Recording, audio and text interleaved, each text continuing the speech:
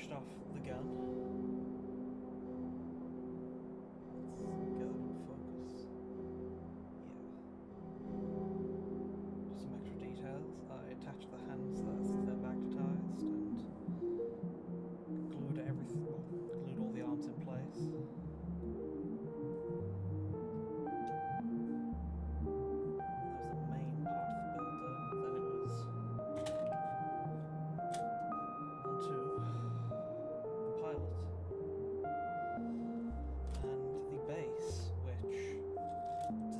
I saw in someone do with some Gunpla, where it's a layer of details covered by some kind of paneling. So this is just various bits glued down and then some sprues for spacing, and then it is going to be assembled together like this, just to have some, I don't know, make it look like it's a ship hull or something of the sort. There is mostly paneling, but there is some detail underneath. Hey! And now it is going to be onto the last step of the build, which is all the green stuff wire, just for an extra layer of detail.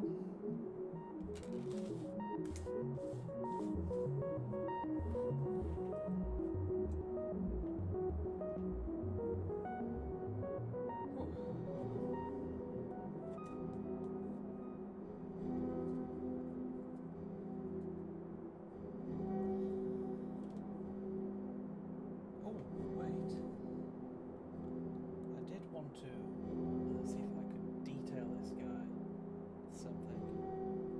Oh, a little quiet. Okay, thank you. Hello. Am I coming through all right now? It would help if I my microphone isn't muted.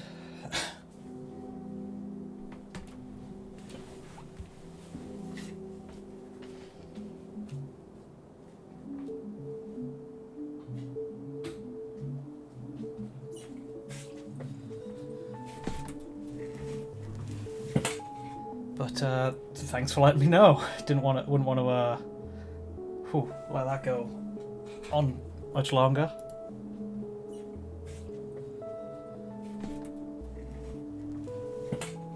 But thanks for letting me know. There we go. But yeah, what I was saying before was, since last stream, I finished off the gun. Detailed it, attached the hands to it, and the hands are magnetized. I glued all the arm, assembled it, glued the waist and arm joints in place, so it's solid now. And then I started working on the pilot, which is, let's see. It is an Imperial Knight Questoris pilot, using a head from a Imperial Guard Valkyrie, with a Votan bolt pistol and a battery I made out of a Skitarii Phosphor Blaster. And then the base is something I saw someone on Twitter do with some Gunpla bits, where this is just loose detail and sprues for support. And then the panels, there's going to be some arm panels that go over it, like so. But the plan for stuff to do today is the final touches on everything, and that is going to be green stuff.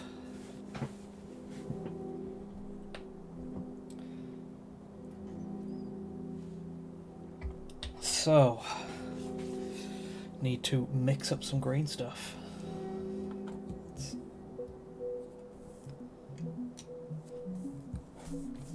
Now, this desk mat is dirty, has lots of super glue spots and spilled paint, so I need a flatter surface.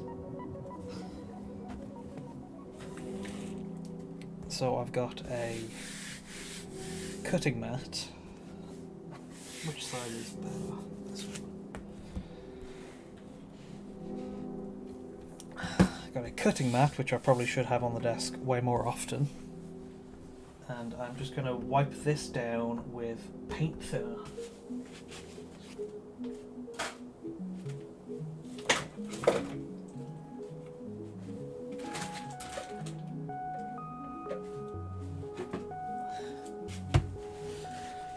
Some good old Tamiya acrylic paint thinner. Will stink a little, but helps make sure get a smooth mix of green stuff.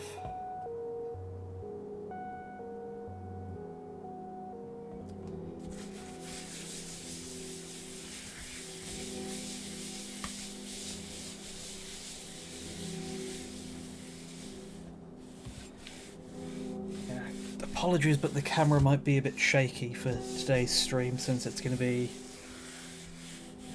rolling out the green stuff on the desk, and that's how my camera is attached to it with a clamp.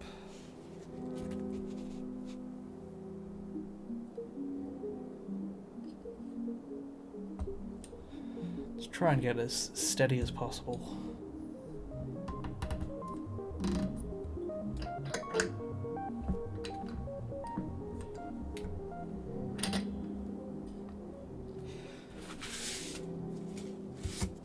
Okay.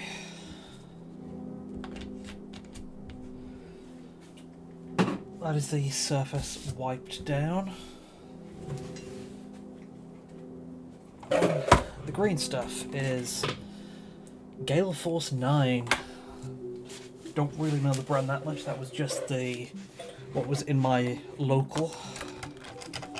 That was the stuff in the local which comes separate, which is very important since we don't want any bit that's pre-mixed and pre-hardened.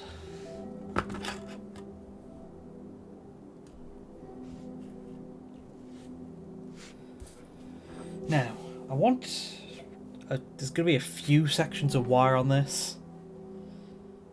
There's going to be a lot of small pieces just connecting all around the joints.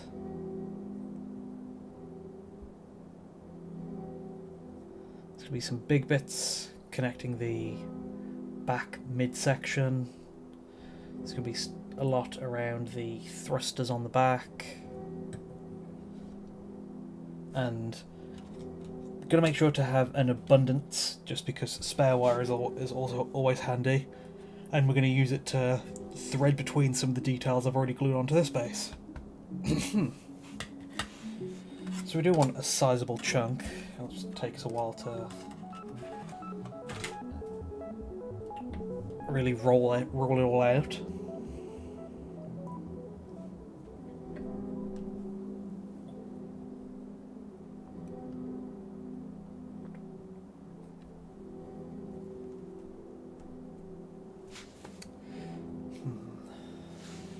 What can I use to cut this stuff off?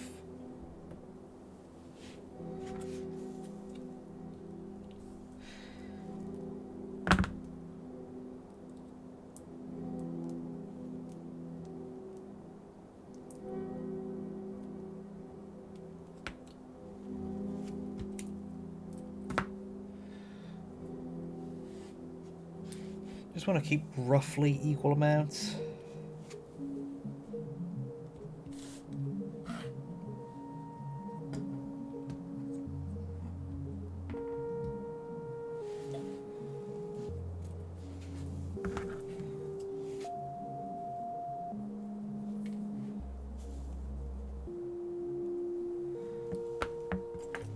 Can I chop it with my ruler?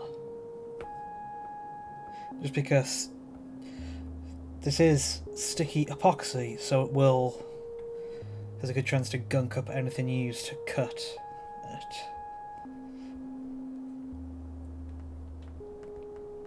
So I want to avoid, I don't know, destroying any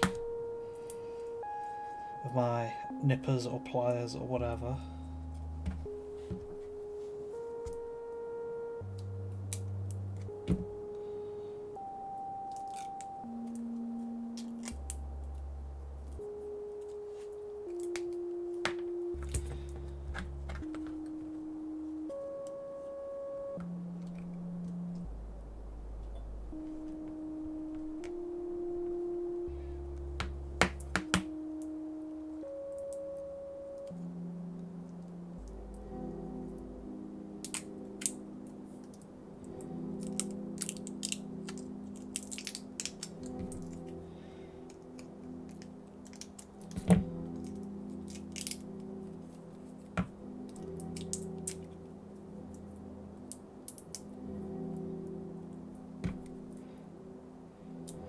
Yeah, we'll also be breaking out my, using my green stuff world wire roller a lot, because that always gets a lot of use for all sorts of mechanical builds.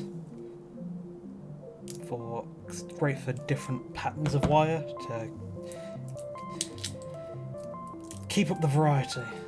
I think we'll be mostly using the regular, I don't know, just tubular, I guess they'd be wires. There are like segmented and armoured and corrugated wires, but looking at the inspiration, where is it? Yeah, there are just a lot of plain old circular wires connecting the jets at the back. You can see like on the ankles, by the wrists. So that's mainly what we'll be going for. Got a good chunk of blue and yellow stuff.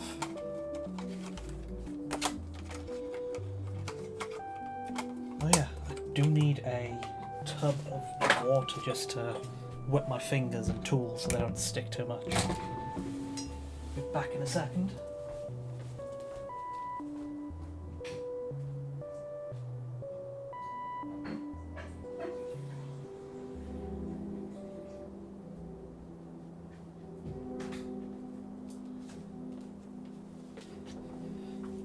Okay, got some water now. Now we can start mixing.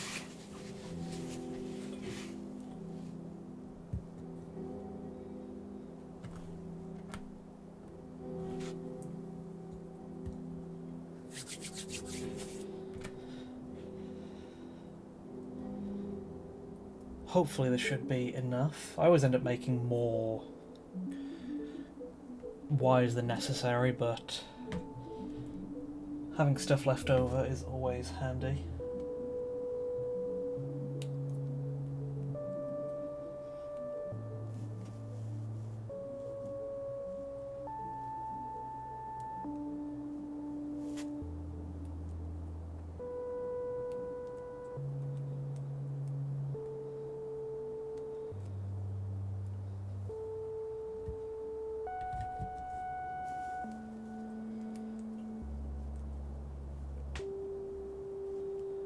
Always a great tool for any AdMech build, just spare wires. They are pretty much invaluable. You can use them to cover mistakes, you can connect different parts you've added to smooth the transition. Yeah. Always better to have the abundance of it. Also, any leftovers we're going to make good use of with the base.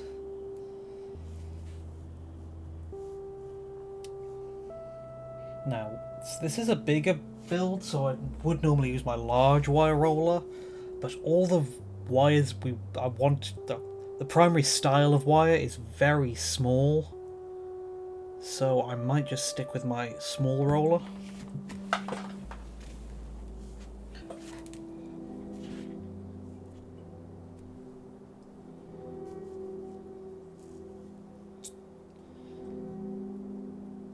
Okay, looking like it's consistent green now.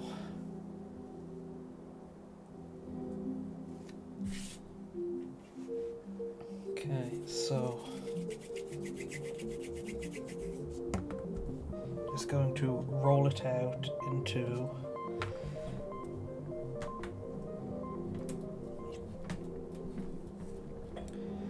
just a thick sphere, or long cylinder type, and then from here I'm going to cut it into circles.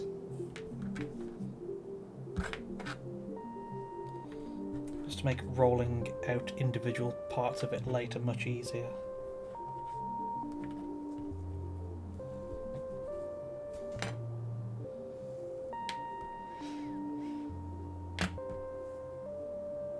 All of this will just be repetitive, so might not have much to say. But what's everyone else working on?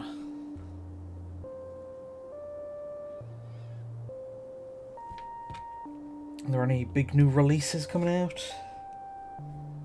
I think I remember seeing some, I don't know, the Chaos Box is coming out, where they just announced Chaos Space Marine stuff.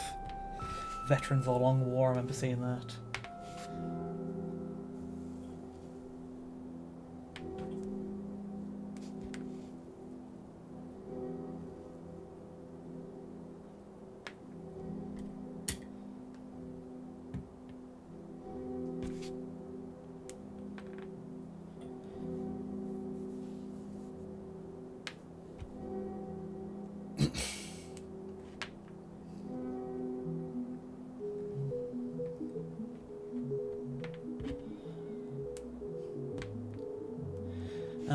I'm working on green stuff wires, because that is pretty much the last step I do in most builds, where I need to wait for everything else to be assembled, and then I just connect it up, cover any like sparse areas, connect bits, cover mistakes with all sorts of different types of wire. So just mixed up some green stuff. And that should be the last step for my, well, the last step of the build itself.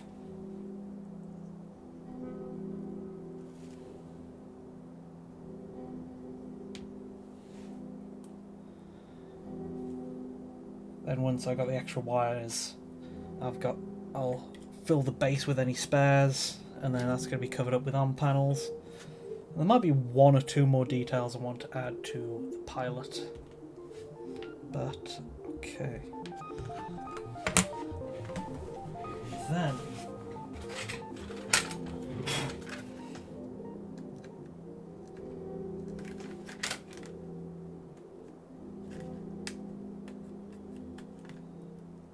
got my green stuff world small wire roller. Actually, since I'm just using the flat part of it, I got my large, just because that would be handier, since instead of using the side where, you know, you roll the actual patterns on, this big flat backside of it is what I use a lot for actually rolling stuff out.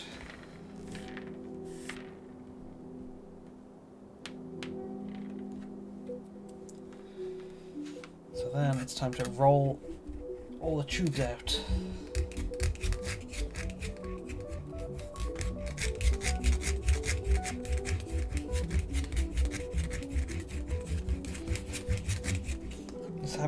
Got a bit of a back and forth motion just to try and keep it the tubes at an equal width all the way across.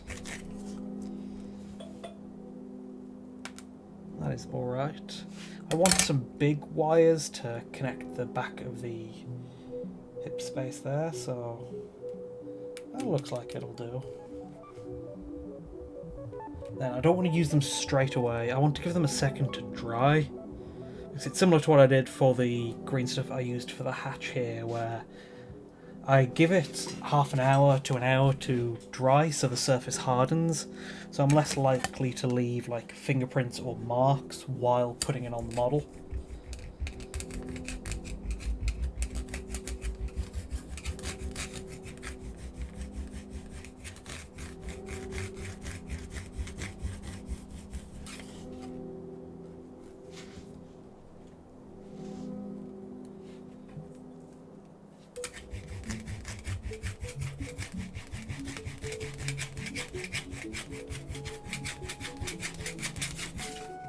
But I do want mostly thinner, very fine wires.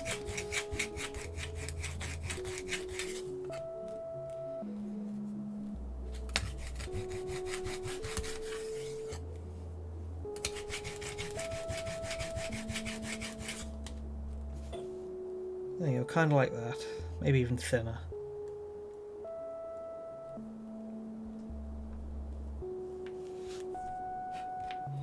Just ever so often want to kind of re-wet the work surface, because if it gets too dry, green stuff will stick.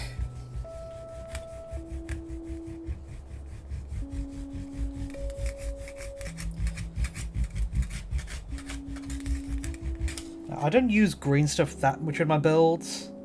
I know they can be very useful, but most mechanical stuff is boxy, and so it uses pre-made bits. I just find mixing up green stuff is a bit of a pain, so I like to do it all in one go if I can. On Instagram, there's a guy called Pax Acrylia, who does some insane sculpting stuff with green stuff. So I'm an absolute novice using this minimally.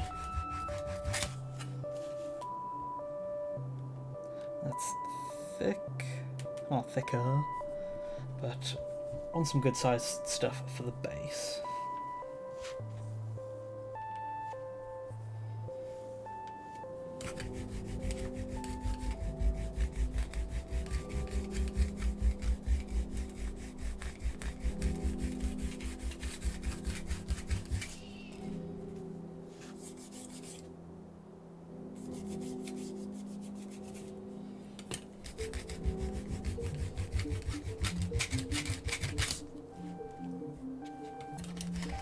Now, green stuff, once to actually attach it to the model, sometimes green stuff by itself is like sticky enough, but most of the time I end up needing like a dab or two of super glue to get it to properly attach.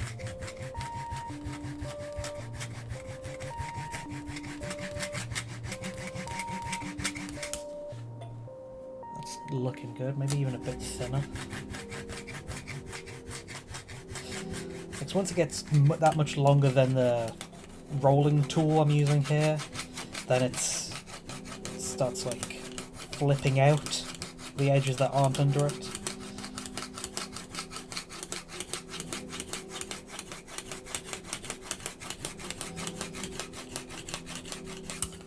That is perfect. So just want to be careful with it now while it's still, I don't know, freshest. Because now's the greatest chance you've got to like accidentally leave a mark with your fingers on it. So just gonna put it to the side, and whenever I do touch it, I just try to roll it, so I don't never put too much pressure on any one spot.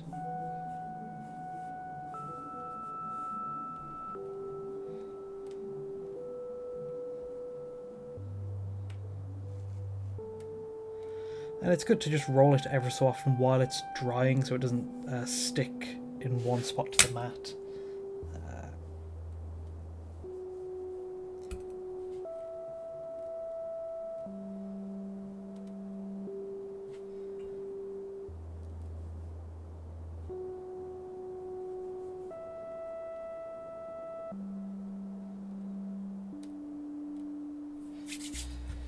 I think it's getting dry.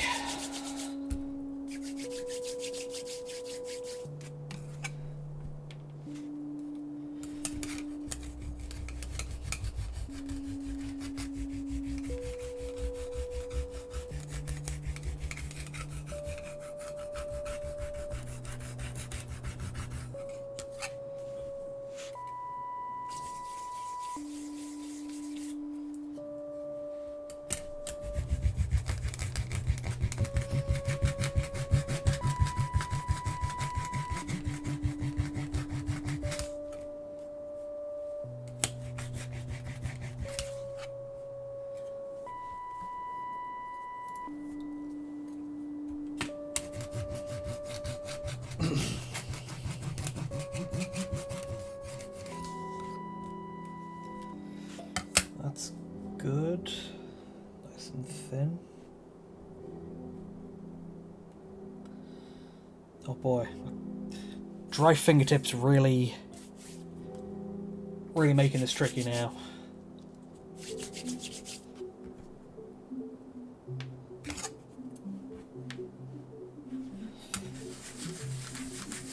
Yeah, just between every when I'm rolling out, just like a drop or two more water on my hands, on my tool, on the surface. And you don't want to add too much pressure while rolling it out like this. It would get it to work quicker, but if you press too hard, then you just flatten it, and it's can't keep rolling it out like that.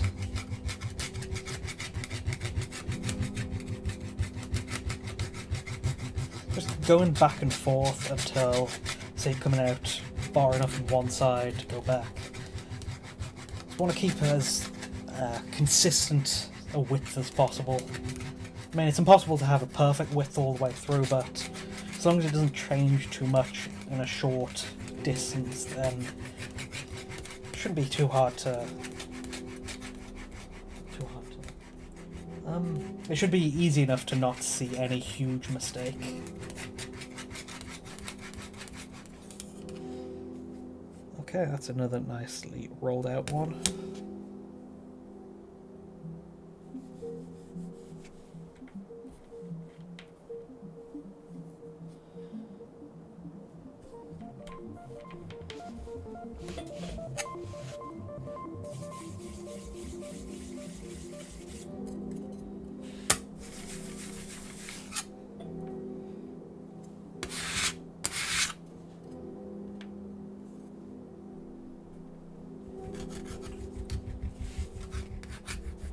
So I was thinking about what colour to do this, because it would be nice to have it matching my BT and my tank head, but I feel like that's getting a bit too repetitive. It is my AdMech colour scheme, but enough doing everything the exact same would be a bit boring.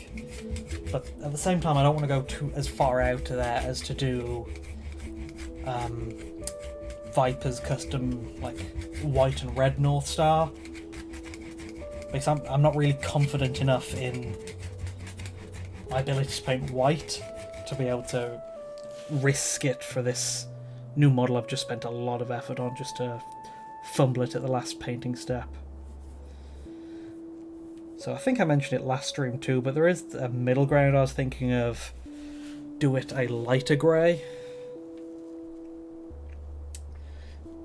Mostly dry brush it like normal, but go way heavier on the Dawnstone step that I normally say for highlights of my model.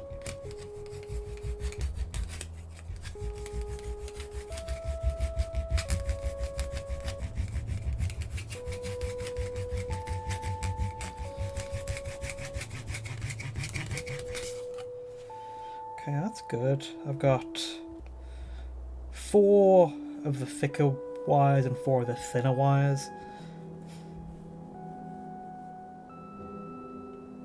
Sometimes on builds I try to split it up into really thick wires, medium wires and thin wires, but since this build is very lightweight,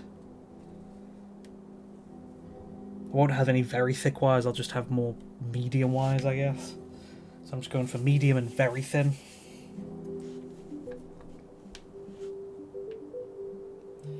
But now I think I need some even thinner. Using yellow instead of orange.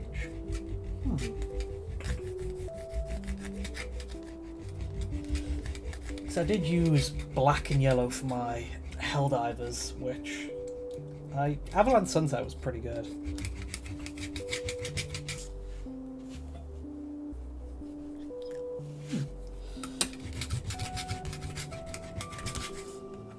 I'll consider that, because like I said, I still got some thinking up to do on the exact paint scheme. Stuff is just mostly rough ideas at the moment.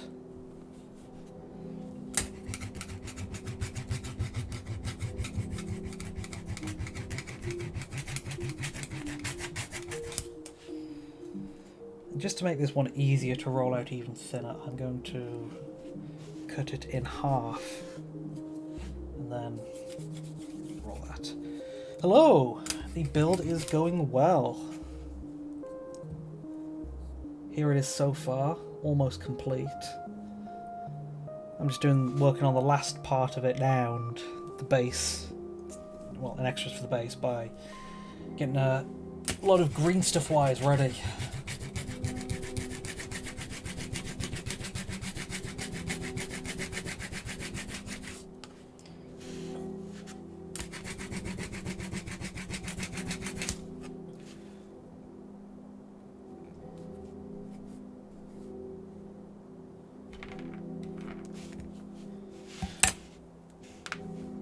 sure to just get some real thin wires.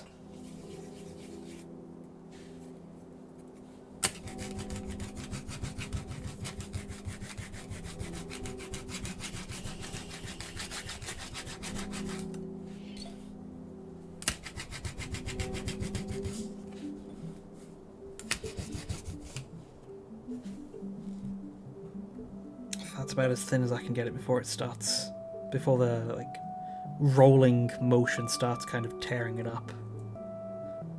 Because the ends, you can see it started like looping a little. Hello!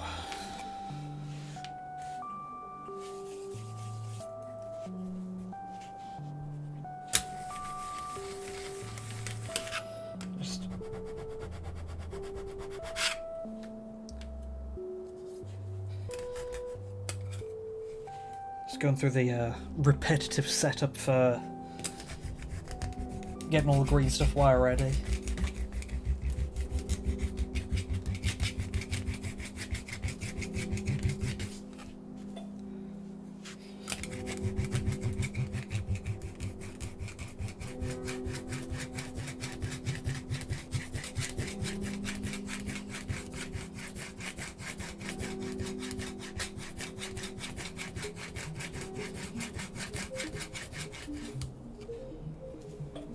Some nice thin wire, and just make sure where I'm leaving them to dry is a bit wet at least, just so it doesn't stick to the surface itself while drying.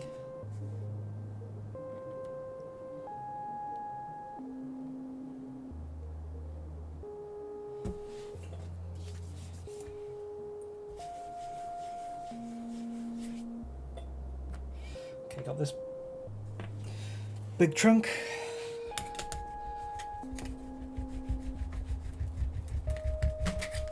Want a thick bit of wire just so I've got more stuff to fill out the base with.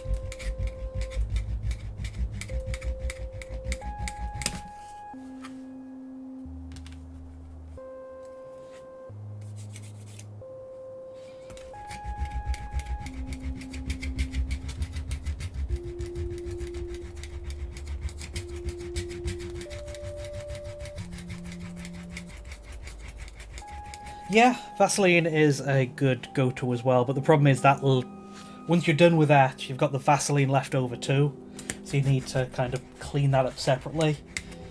With water, you definitely need to like use it way more often to make sure everything's not too dry, but it's just water, so it does evaporate in the end, so I prefer using water for that reason. If I was like going way harder into sculpting and like had more tools I'd need to be using, like was messing with it way more, then I'd use Vaseline, but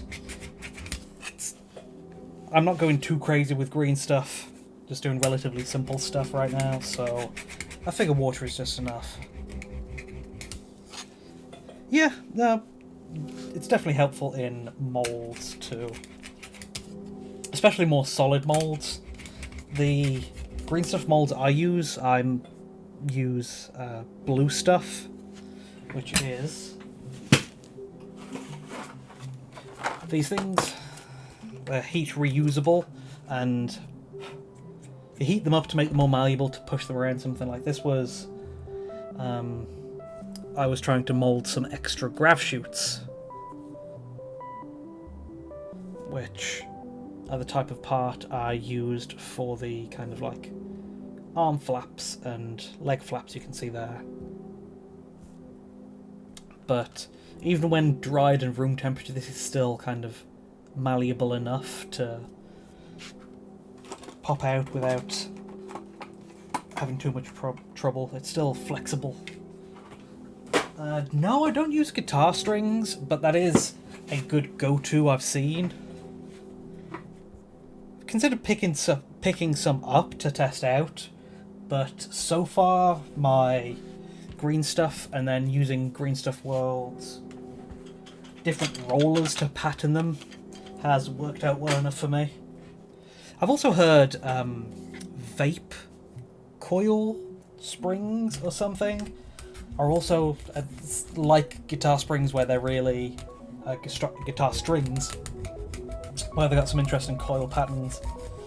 I think I was talked about it with chat last stream, where they said you want specifically like bass strings and the thicker strings, because they're the ones with the more coiled texture. Chain half cloak. Ooh. That does sound good. Has he like glued the chain solid? Because that's something I've run into when working with chains occasionally before. It's like having them loose makes painting a pain, and they always flop about when you need them to stay still to paint them.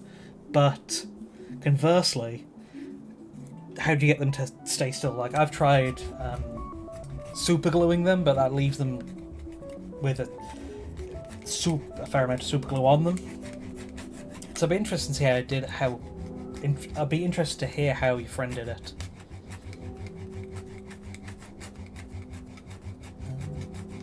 Chains move. Yeah. I mean, I suppose chains themselves are naturally metallic, so they don't need to be painted. Yeah, leaving them to last probably makes a lot of sense.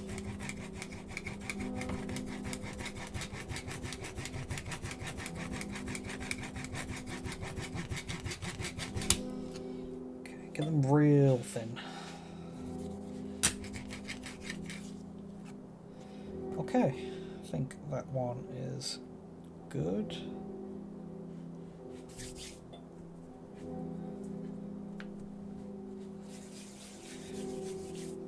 What was it then? Was it a Chaos Knight? Because I always see chains as a common go-to on them. Like, I know one of the Chaos specific knights that has like a pilot chain to the tilt shield, shoulder shield thing. Reminds me of one I saw by, I think it's Mechanicum on Twitter, and I think he streams on Twitch, where he's a very cool Chaos Knight Iron Warriors conversion where it has like a power chain axe and a huge shield and the tusk face. Man, there's always a lot of cool knight stuff to do. Need to do one soon. The bound, the unbound, makes sense. Because yeah, is it a Chaos Undivided? Because that's the unbound. And there's also the, what is it? The Slaughter Incarnate, or Incarnate Slaughter. That is a knight that I really like the lore of, and it's like, if it's a mech, I'm going to do a custom version, but that's like the one thing I've considered just doing a straight build. Or it's because it was a loyal knight, and then it died holding off its Tyranid invasion for its sector, with its prime directive left as like, Slaughter. And it came back as, I think it's a Corn Knight, or it might just be generic Chaos Knight, and it appears in puddles of blood. And it uses that as like warp points to spawn out of. And it's that perfect kind of edgy, dumb, cool kind of thing that really makes Warhammer what it is. And so if I were... Every time I see a Chaos Knight box, ooh, is now the time I make my Slaughter Incarnate. I mean, I say I would build it normally. I still feel like I'd want to like, it's because it's got a claw and a chain arm, but I still feel like I'd want to give it two arms and give it a chain sword. Because Warhammer seems to have something against robots with hands. Like, a lot of the time they just have the weapon built in instead of the hand. Like, a lot of the dreads like only have one hand at most. Up until the Brutalis one, dreads only had left hands, I think. Well, the Primaris ones at least. And with Knights, it's like, yeah, they only have left hands until the Chaos one came out, and that had a right hand. It does make converting a bit of a pain. Like, for a lot of my builds, I've used the Castellan robot hands, just because they're some of the only ones available at that scale. But I feel like I've been using them too much. I need to vary it up a little.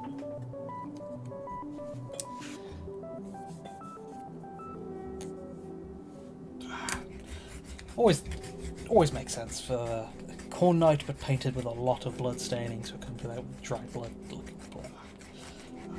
That's always something, a type of cool thing I've seen on, well, Corn models, but also just kind of heavy weather and chaos stuff, where it's like bloody handprints all over.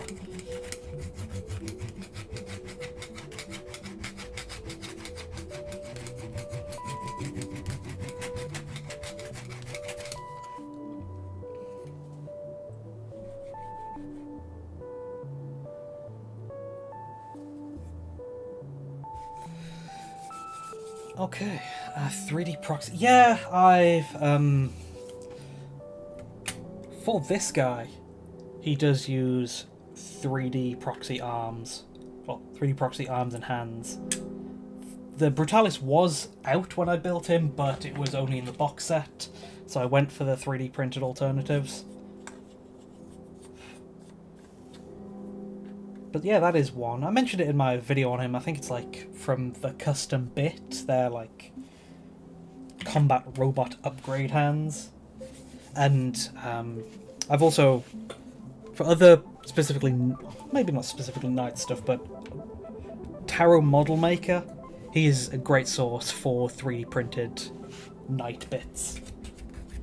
My previous Knight, my Knight Lancelot, he had the design I was inspired by had a big spear lance, yeah, big lance weapon, and so I got a 3D printed bit for that. Let's see if I can grab it. Yeah, here it is. And this whole big lance front bit is 3D printed. I glued it into, I think it's the body of a normal Knight weapon with, I believe this piece is the base for an Onager Dooncrawler where all the legs connect. And then there's more Onager parts, and then that is the normal hand part of a Imperial Knight that I just use for kind of body side detail. You can see the palm of it is on there. But yeah, I'm familiar with 3D printed bits at least. Might be looking more into them for another build that I'm thinking of.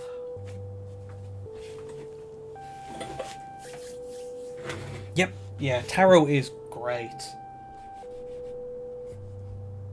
What's also insane is that, on top of just being great for cool 3D printed birds, he's also like a Golden Demon level painter, which is wild. Like, because I'm all in on the building side and not the painting side, I expect other people to be focused on the one side, but they're not. They're great at custom building and amazing painting.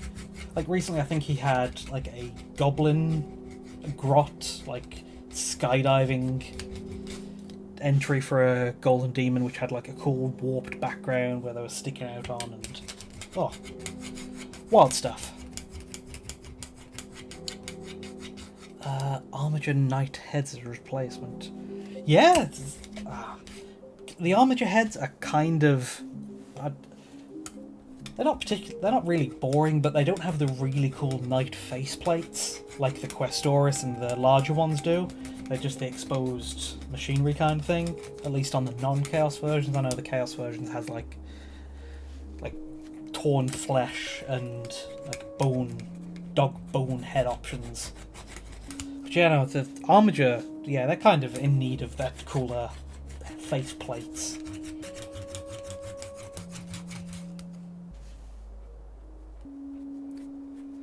Okay, and last one, I want to do a real thin.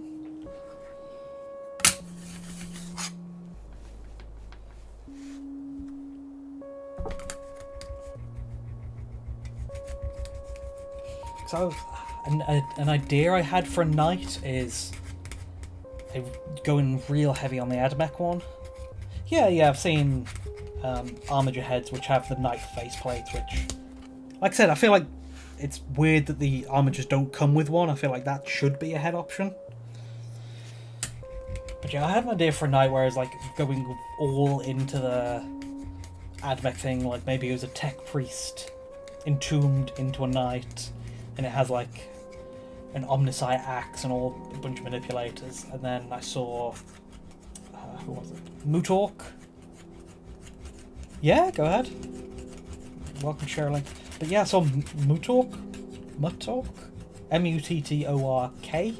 He's a cool Admech converter that kind of inspired me to start.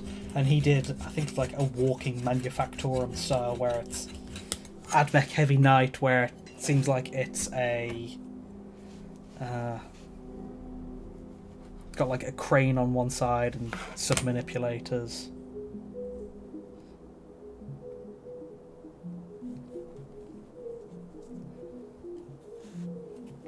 I'm not sure if you can post links in YouTube chat, so I'm not sure if you actually be able to.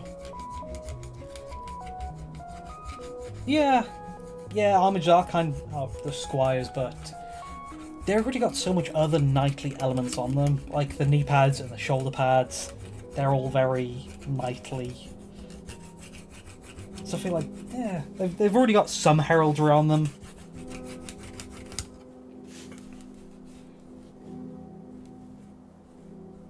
Man, I just want another type of Armiger to use for the kits, just because I love use. Well, yeah.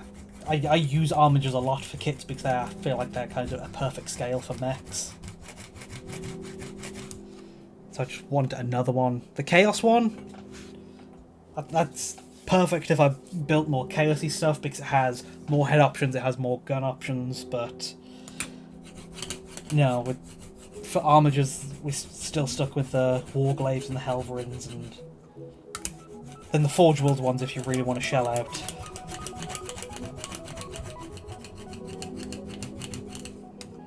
I was considering, like, what would I run this as? Like, probably an Armiger, but I feel like I'd run it as an autocannon if I have to, but I feel like I'd probably be better to use the, I think it's the Volkite loadout for the Forge World Armiger.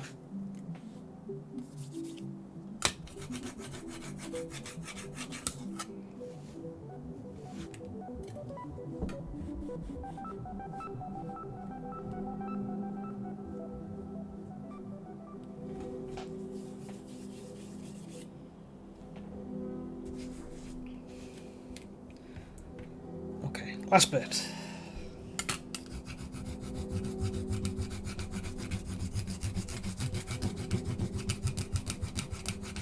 Yeah, the Moirax.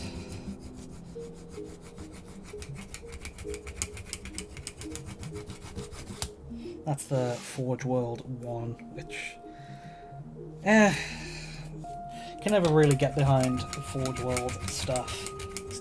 It's so expensive. Like, I'd love to do a conversion. I was thinking of like making a mecha sandworm, but it's like, well, it would be a perfect like termite drill proxy, and the termite drill would be perfect to use as a base. But it's Forge World, and Forge World means not only is it pricier, it's also resin, which it's way harder to convert with, because it's more of a chance to break and warp while working on it, and you're going to be careful while sanding because resin. Yeah, exactly. More Armiger variants is one of the things I really want from GW. That, and I also really want an Admech kill team. Yeah, like I said, the Chaos Armigers gets their dedicated kit has so good with its variants. So it has different weapon loadouts. Because the Chaos can use the Imperial Armigers plus then their own dedicated Chaos Armigers. Same with the 4 Knights, which feels a bit unfair, but yeah.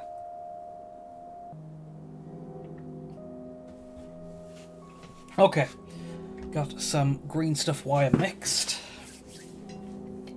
I'm going to give that another like 10-20 minutes to dry, so I'm just going to leave that on the side. And in the meantime, there is one more thing I want to do with the pilot, at least. Because one thing I always see with... I saw on, like, Viper, and just, I don't know, pilots in general, is, like, they have, like, chest pouches. So I want to see if there's something like that I can add. Hold on, let me get my Holy Bible for mech design out. The Art of Titanfall 2.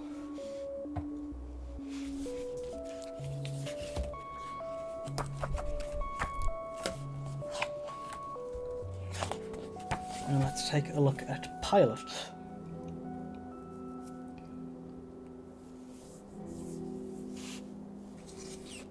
Some pouches, got a chest knife, some pouches.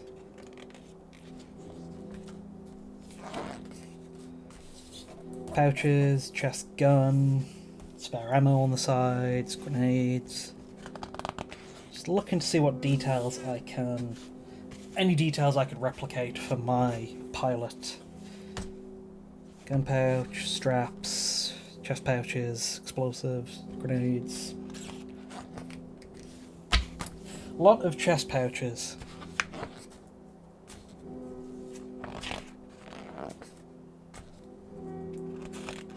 Do I have a small knife? Because that's another one I see a lot of here. Also, something very cool to note about how they made this. They did use actual minis. Like you can even see like actual sprue bits for. Oh man, I desperately want to see what kind of kits they used to make them, but that looks like Gunpla sprues. But yeah, to design the pilots for Titanfall, they kit bashed some and used 3D printed pits, which I just think is so cool. But yeah, more pouches. Chest knife. Okay, let's see what pouches I can... what pouch bits I can source. Here's the bag of leftover Cassakins. Leftover Kassakin bits from my Helldivers I've got. I swear there was a pouch or two in here.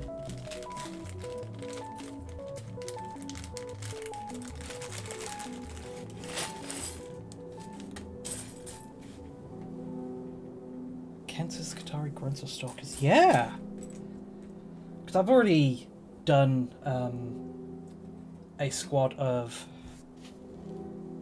Taraxi pilots where I even used some 3D printed pilot heads just because they fit the kind of idea for a flying unit pretty well. Yeah, even this one I even got the grappling hook.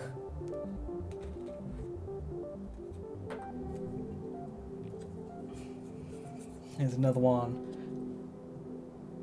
I was checking if I got a video of these, and I got one of them years ago, but it was terrible quality, so I was thinking I might get another video of them, but yeah. Specifically this one's got Cooper's helmet, and let's see if I can get... have I got a case nearby?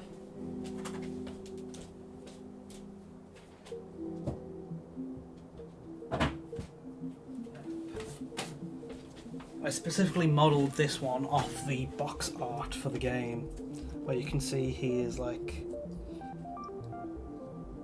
wall running and shooting out to the side.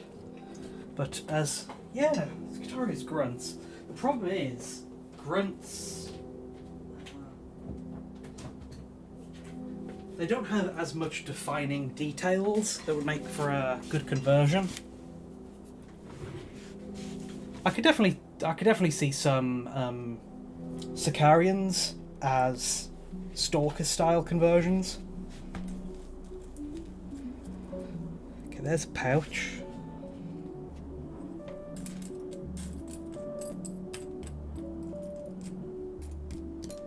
I guess all the other pouches were modelled on. No gun pouches, no knife. Holsters,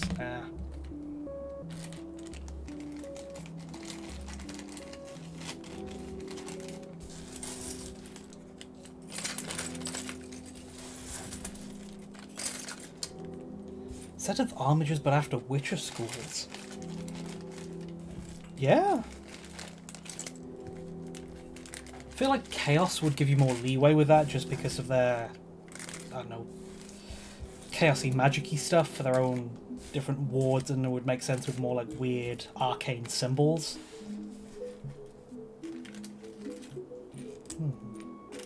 But how would you customize them for each school? Because I can't remember the schools exactly, but I know there's like bear, there's cat. That's worth looking into. Because I feel like there's, I don't know, what a good Witcher conversion base? Would it be like Inquisitor? Because that gives you a lot of leeway to do lots of weirder stuff with Imperial bits.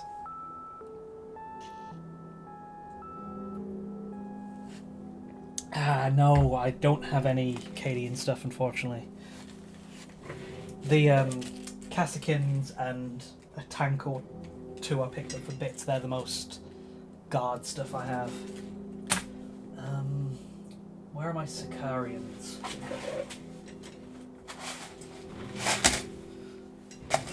Traxi and Sicarian bits, because I know these have a good amount of pouches.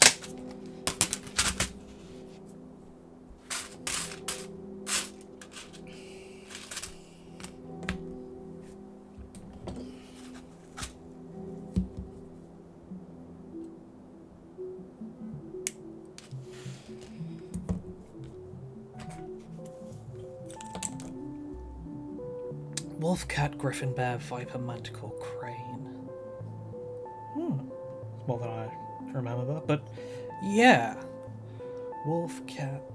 Yeah, I feel like Chaos Knights would be good for that because they've got like some like wolf, I don't know, canine based kind of skull in their options. So that would definitely be a good source for that stuff. Bear could just be like heavy, viper and cat could be kind of lightweight style. You got griffin and crane, which are, I don't know, jetpack booster type for flying. There's definitely ideas to work with there. Where is it? There it is. Because Sicarians also have ammo. Spare magazines. Pouches.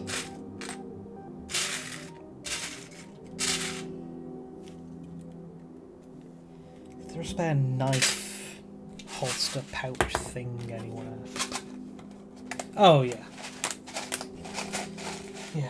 A lot of Witcher schools died out because witches are a dying organisation. I remember 3 and running into I think it was a cat school guy, and oh wow. He was saying, I thought cat school all died out. Ooh, perfect. This is Imperial Scions Sprue, and this is great. I was lying earlier when I said I don't have much Imperial Guard stuff. I have Scions.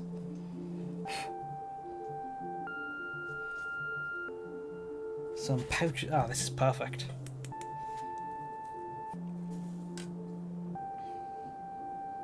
Do these... Is there a knife pouch here somewhere? I feel like there should be, though I might have used it already.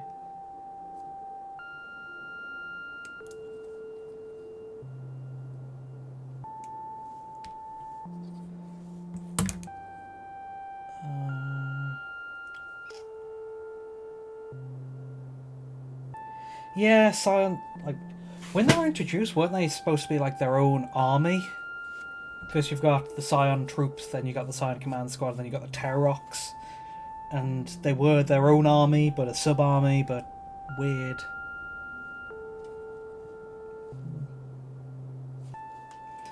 I do want to see if I can use Scion parts and Arbite Exaction Squad parts and also some Electro Priests to make some Electro Knights.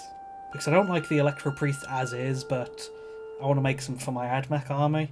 So it's like, I feel like Electro Knights could be a cool conversion, and Scions have the really cool breastplate.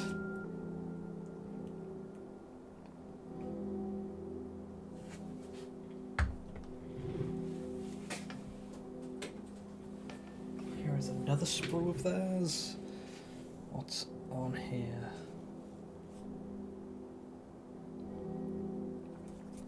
They do have a holstered sheathed knife. Yeah, because, there's also Inquisitorial... Well, I'm not sure if they're Inquisitorial specifically, but yeah, there are Imperial Stormtroopers, which... I don't know. That also has, like, a fair amount of overlap with the Caskins now, where there's, like, fancy elite troop versions.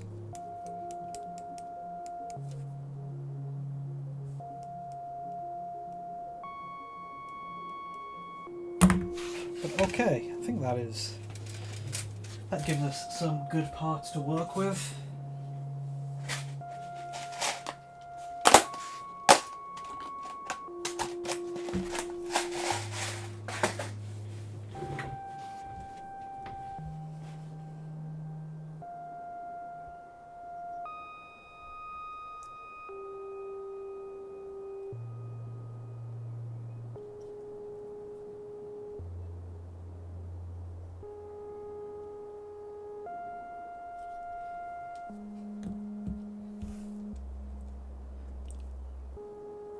Now where can I fit these on my guy?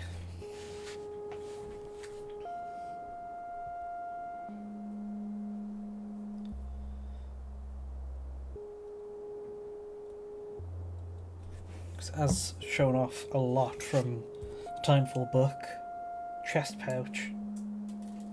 Oh god, where did that go?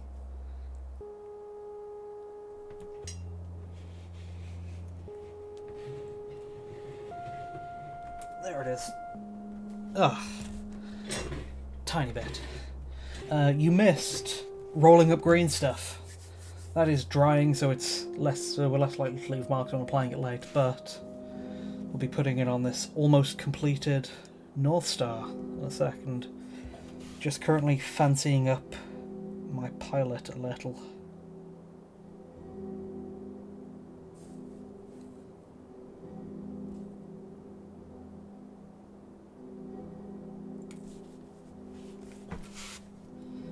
If only I could stop dropping it. The Lament of Mini-Mike is, yeah, it's all my streams somewhat. Yep. It's like bits fly off all over at the slightest chance. Do we even have enough room to put... So I feel like something would go well on his side beneath his arm, but I'm not sure there's enough room.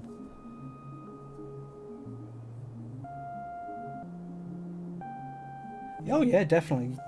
Kill team mixing Caskins and Scions would be... I feel like that would be a good base for us for a team.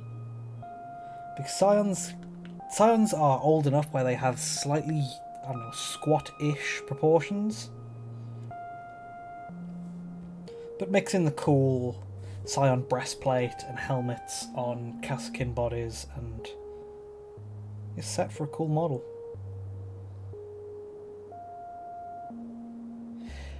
Yes, Scion stuff takes a lot of work. They have very awkward, like, joints. Where I remember trying before, their, like, the top of their legs and the bottom of their chest, they've got this weird, very narrow, like, ball joint type thing. Do I have... Let's see.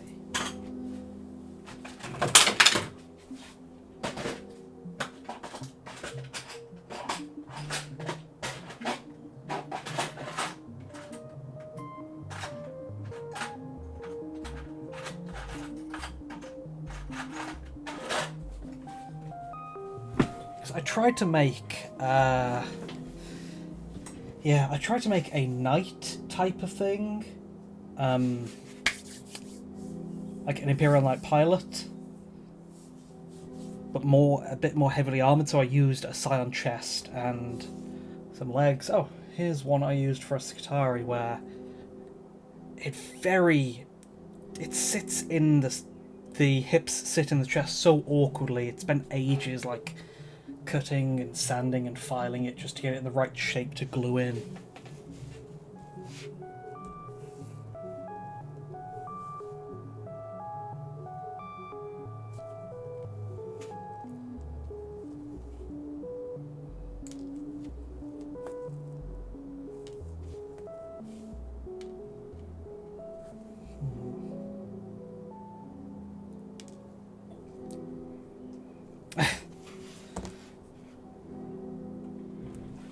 Computer enhance. Let's. There it is. That's a bit better. Yeah, this uses a Scion chest and Arbite legs, and spent ages just working on the legs, cutting them in the exact right way to fit in the chest.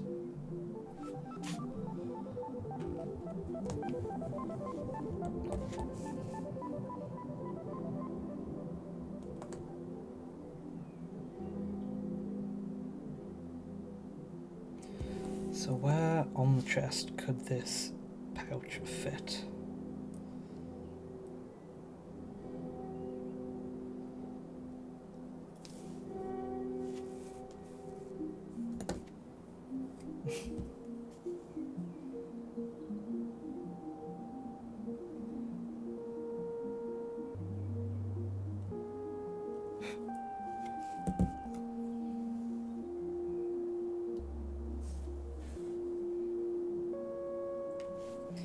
Fit just below the upper chest plate, but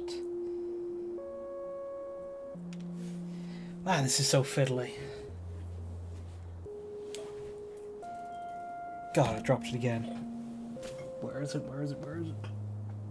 Okay.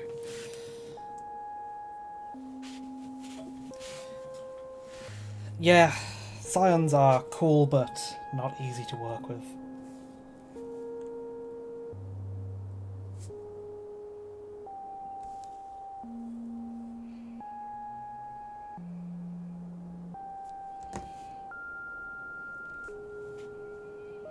Now, if I really wanted, I could use some like green stuff straps to help attach stuff to this, but that is way more finicky than I want to go with currently. So I'll see how far I can get with just cutting and gluing.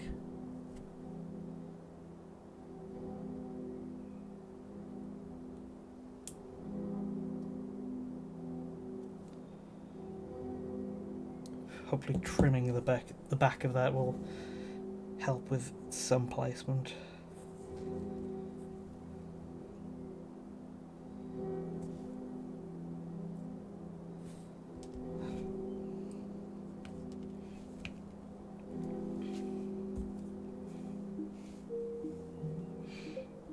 Oh, what was up with the RGB sky last night? Did I miss something? Was it nice? Red sky at night? Farmer's delight?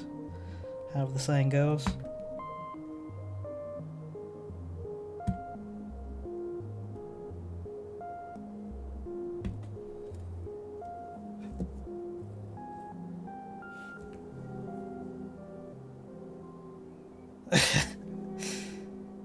Oh yeah, the cables for the guns specifically, they are not fun to convert around. I'm very happy with my Helldivers that I was just, because they have the cable for the guns too, I was happy to just cut the cables off and go, they're just short magazines, I guess. Wow, Northern Lights were sighted very far south. Damn. Oh man. Can't believe I missed that.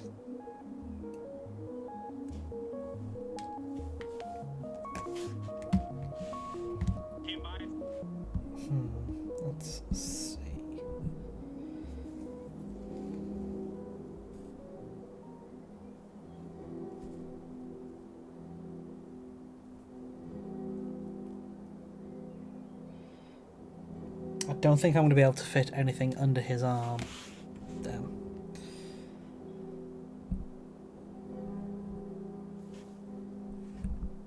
But what can I do with a chest pouch? Ooh, happening again tonight. I'll have to keep an eye out. I'm not sure how far south it's going because I'm in the Midlands.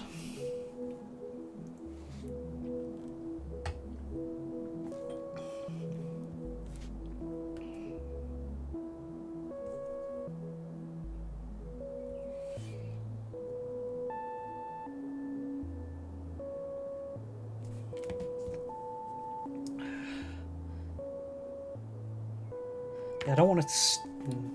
hesitant to start chopping stuff off, but may have to if I want to... that stuff. Oh, nice. I'll keep an eye out for that tonight then. It's, I don't know, kind of cloudy at the moment. Hopefully that clears up later then.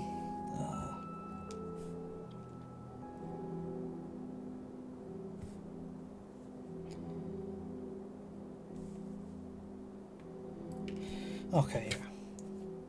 That should look alright there. I just need to flatten the chest a bit to have somewhere solid to rest it, have it sit on. Yeah, city lights destroy any night skies.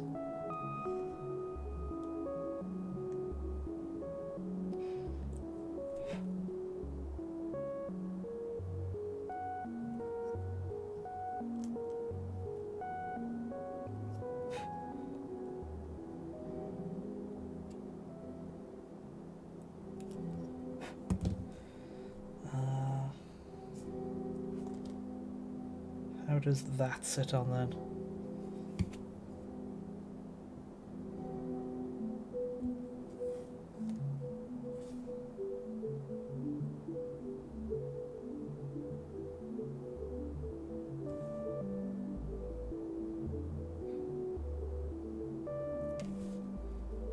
It's not bad.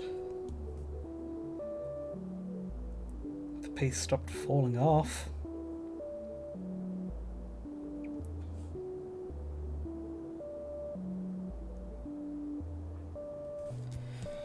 Okay, let's glue that in.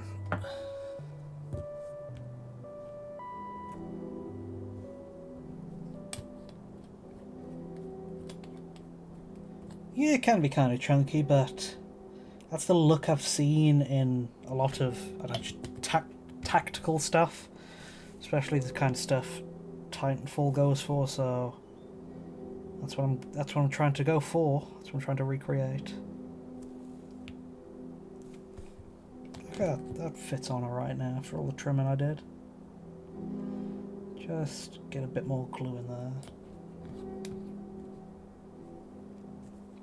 Oh yeah, it's got the ammo pouch too. Can I fit that on his side?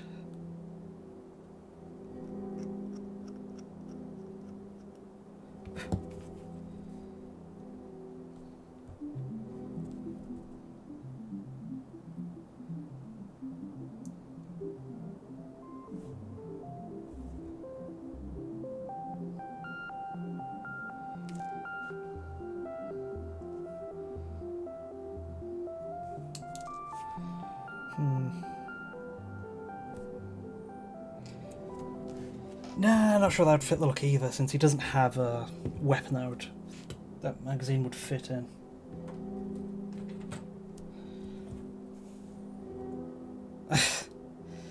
Yeah, that's why I didn't want to put the chest too far up, because it does like really push it out. But what base do I do for that guy? Because I do have some Necromunda. What are they? Necromunda 25mm bases. They're very good, like just general techie enough style bases. But I feel like it might be a bit too different from the type of paneling I'm doing for this.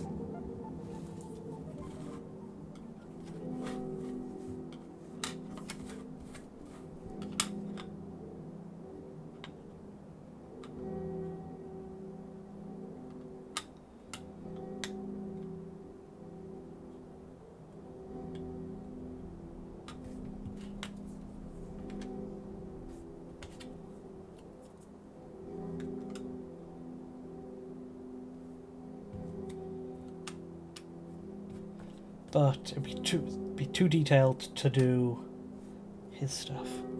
So I assembled Death Riders.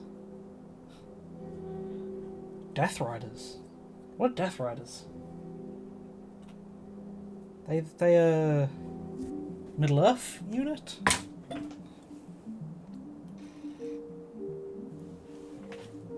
So I'm thinking, oh, they're that Imperial Guard cavalry unit, but I thought aren't they like Attilan Rough Riders?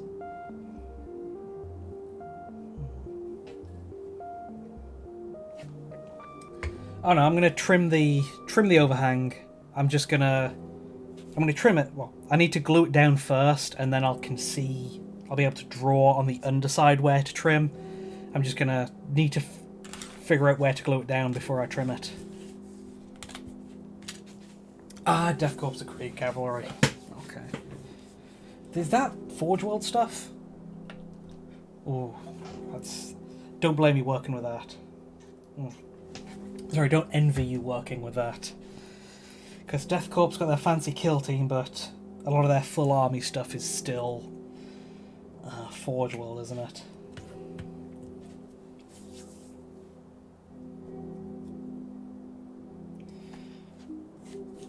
Okay, I think that's enough time that I can start working with my green stuff wires.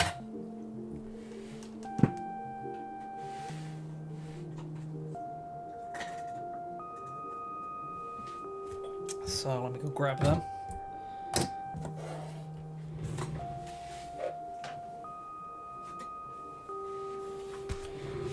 Ooh, 3D proxies. Yeah, £20 for a unit. Yeah, that's... I'm not sure what Games Workshop is doing with Forge World, because 3D alternatives are so much cheaper and easier to work with at this point that it feels like the market for Forge World is just not there anymore. Okay, green stuff wires. We want to start from the bottom up. Do we want to start in a specific place? Because I've been dying to do some back wires on this guy. Although they are in a very awkward position to reach. Let's see. One of the first ones I rolled out.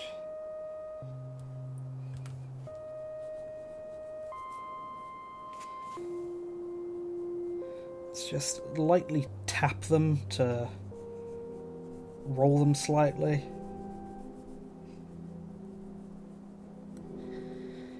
Yeah, I don't know what's going on with Games Workshop and their, what is it, a yearly price increase at this point. It's like every day I get closer to, man, is it time for me to get a 3D printer?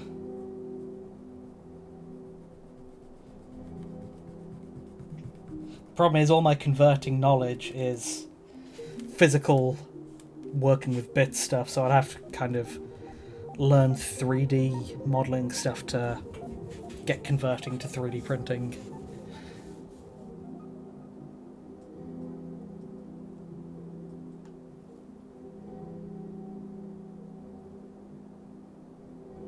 Yeah, they are changing Forge World. Like, they integrated it to the one new site, and it wouldn't surprise me that they're phasing stuff out.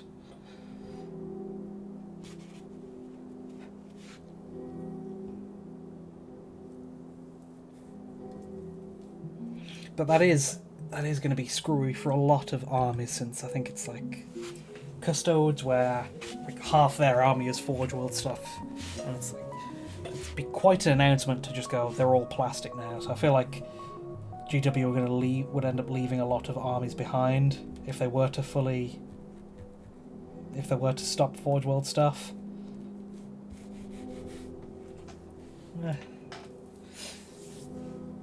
Yeah, I mean, Forge World is kind of an outdated term now, because it's no longer Forge World, and they've all rolled it into the one store, but it's an easy way to just say, oh, they're resin side. Okay, so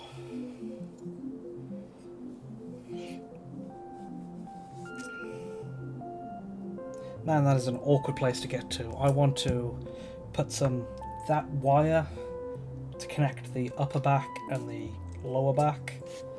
Because if you look on Northstar, he's got 3 chunky wires at his back.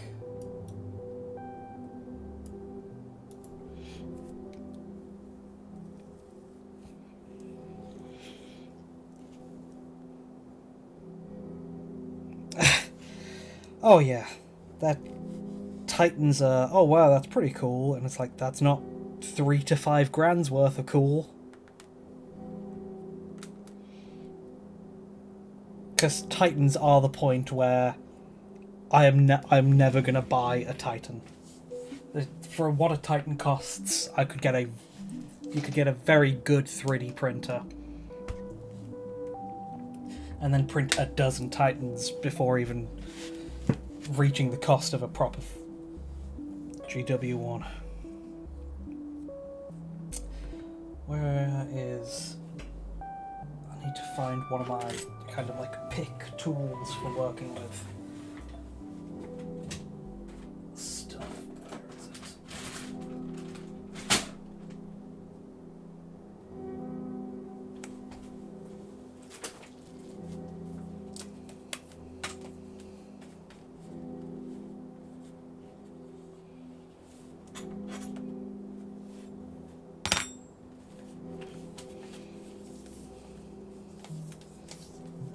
Some sculpting tools, which I know might also be dentist tools.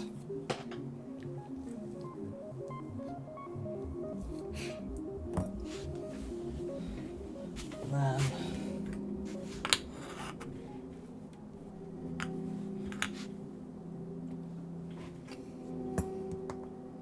okay, so how long of a wire do I need?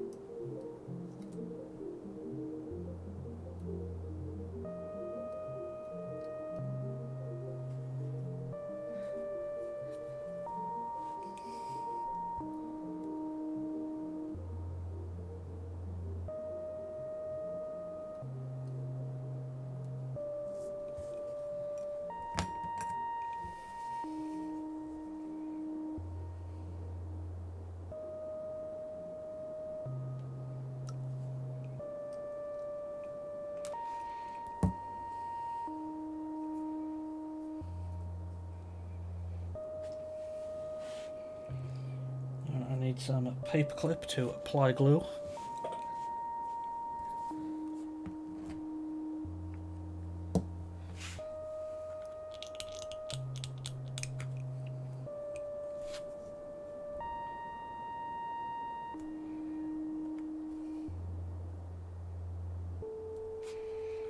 And then I need to thread that into place.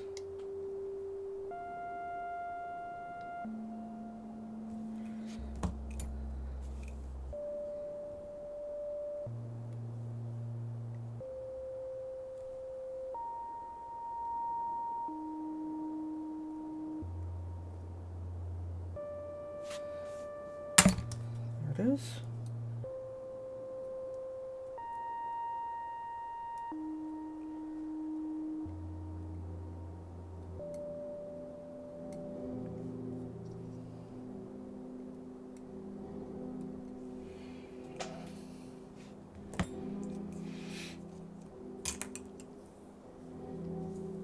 Yeah, Titans are expensive and don't feel like they have a lot of use. Unless you want to join the Titan Owners Club and have a crazy scale game at a convention, but it's a large investment for little actual use.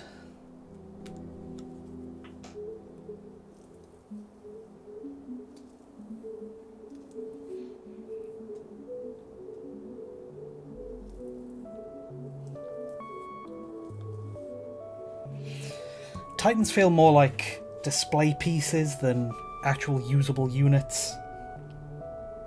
They seem like a very show-offy thing. It's, look, I got a Titan. I mean, maybe if you like the modelling and painting challenge of that, working at that scale, but...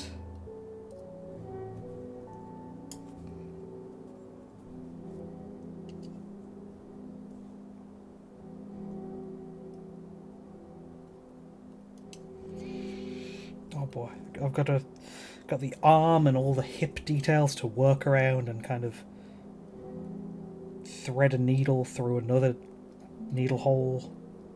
Ugh. Man, I probably should have done this before connecting the two, before gluing the upper body and the lower body together, but oh well. I'm where I am now.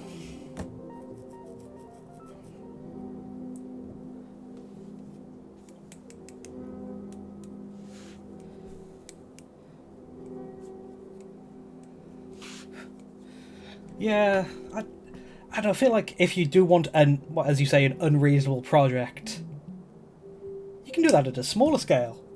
Like, what I'm working on right now is like a month of work when you're doing... month of work working an hour or two a day.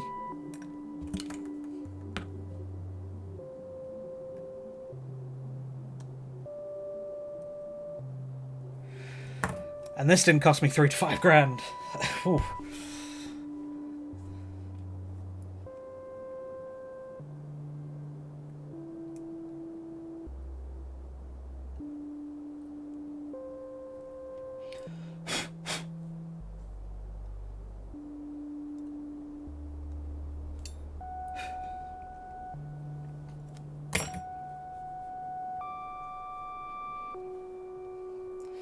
Okay, I didn't super glue that, so I'm not sure exactly how secure that'll be later and whether I'll need to like dab some more glue on it later.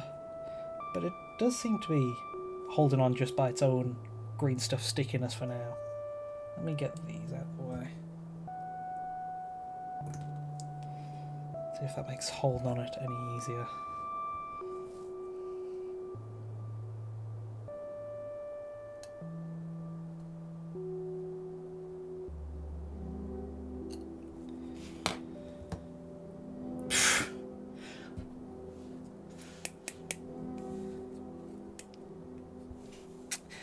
Fully motorized Titan, geez, that would be a sight.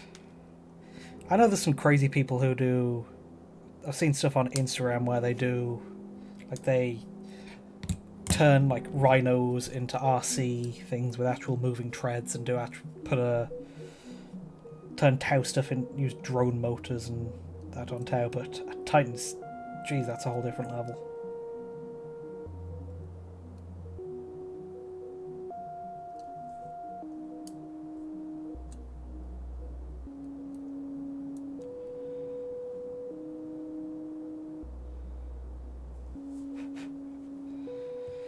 Let's see if I can dab some glue in there, just to secure the connection. Oh yeah, lights seem doable.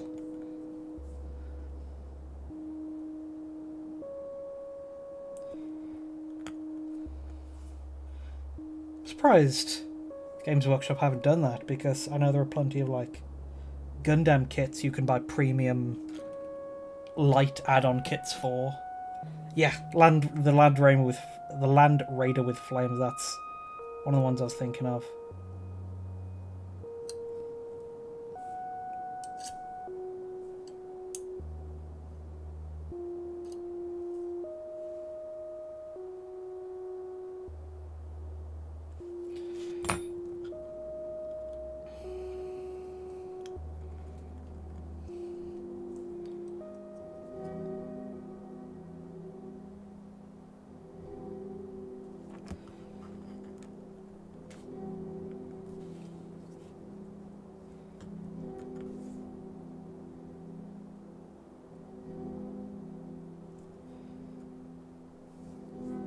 So yeah, I'm just getting tiny drops of glue on a paperclip bit, and then just dabbing the area where the wire meets the plastic, just so I can super glue them, but I need that precision in application.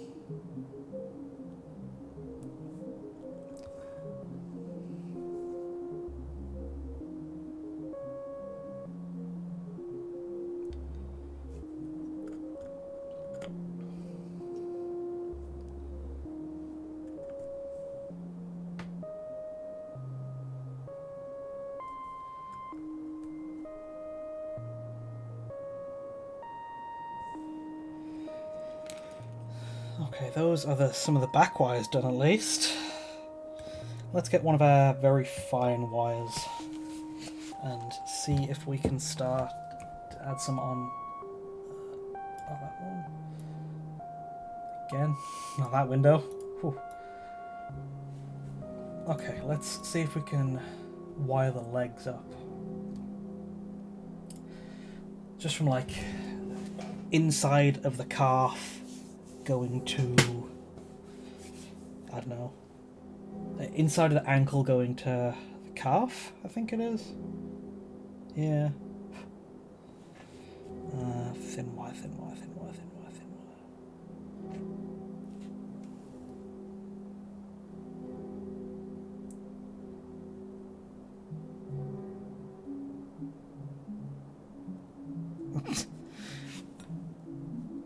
Yeah, if you're going crazy with Titan, why not go all the way and fully die cast it with metal?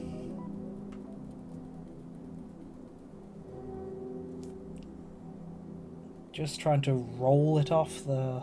Just trying to roll the green stuff wire off the cutting board. Just to not tear or stretch it.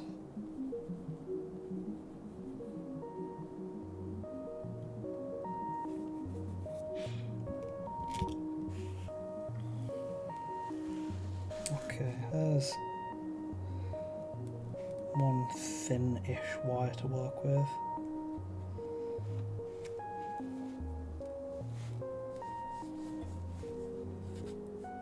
Let me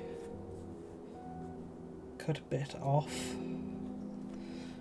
and then just try to roll it out even thinner a bit now. Pretty much you gotta be very careful with green stuff wire this thin.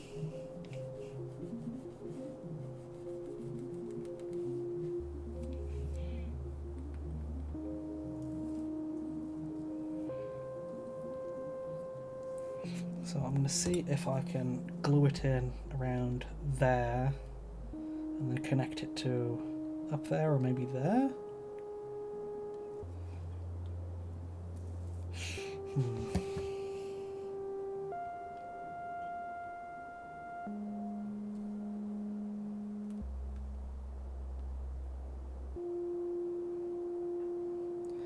Again, you can't put too much pressure on any one spot because then you'll crush it.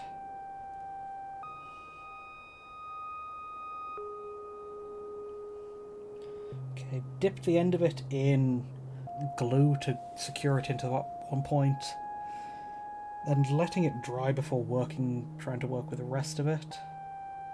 But then it is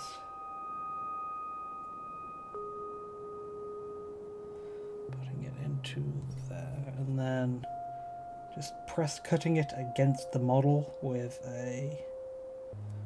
my knife, about where I want to glue it in.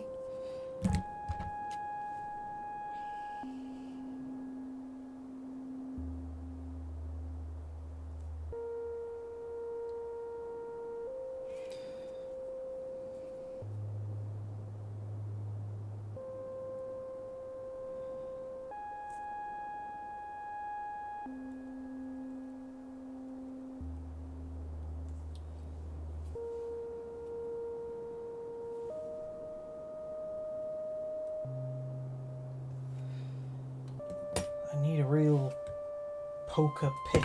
Uh-oh. There's one. A real finely pointed end tool.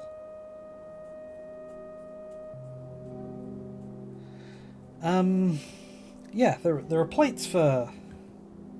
So I was using one earlier. Where has it gone? Yeah, there are plates for corrugated cables. If you want thin cables, then you just roll more with the flat side until it is as thin as you like.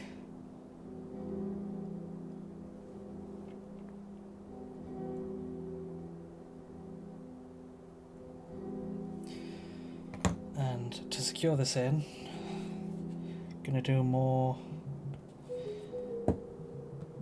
dabbing bits of glue with paperclip wire.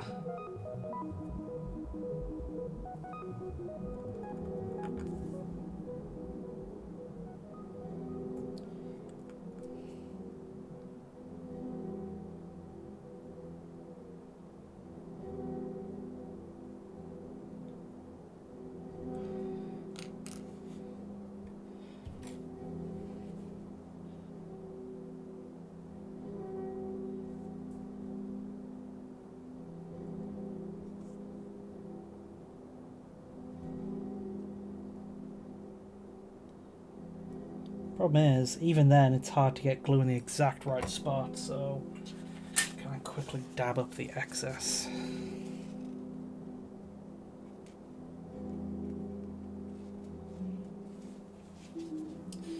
Okay. Now let's just do the side for the other leg, and then do this for every limb, and a few heavily in a few other places.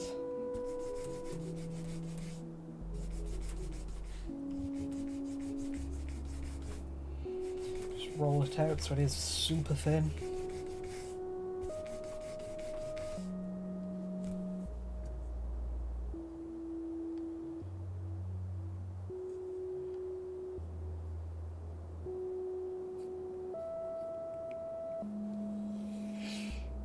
Okay.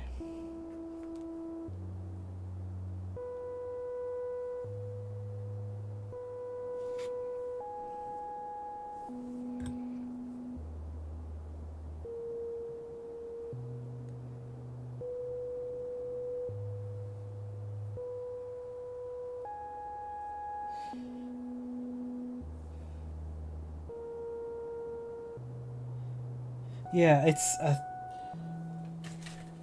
get it thin, I just use the back of this, and to get consistent thinness, I try to roll back and forth, so to distribute the kind of pressure as much as possible.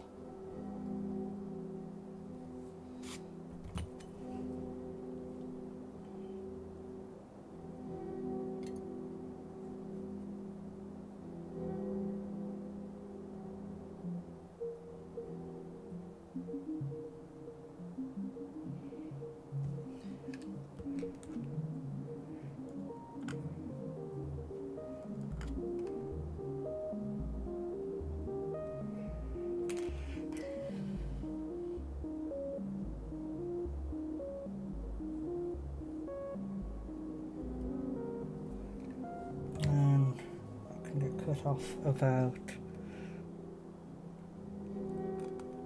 so.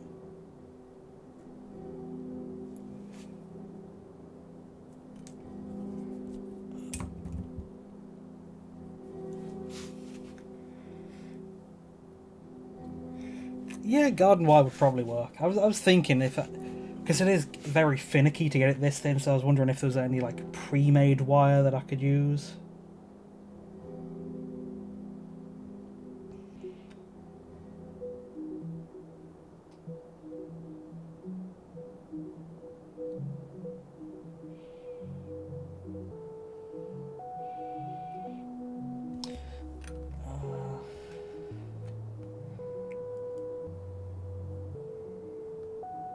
Dab of glue to the opposite end, and then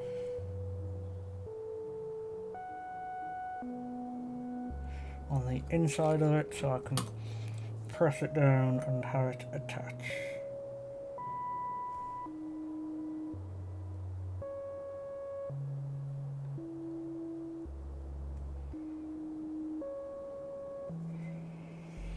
Whew. Then, where on the thigh is what other wires? Are there any thigh wires or no?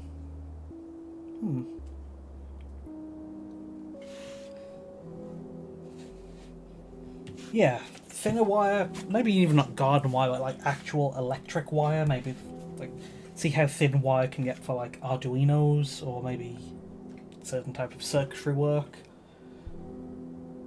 Would it work for real thin wire without having to mess around with green stuff for it?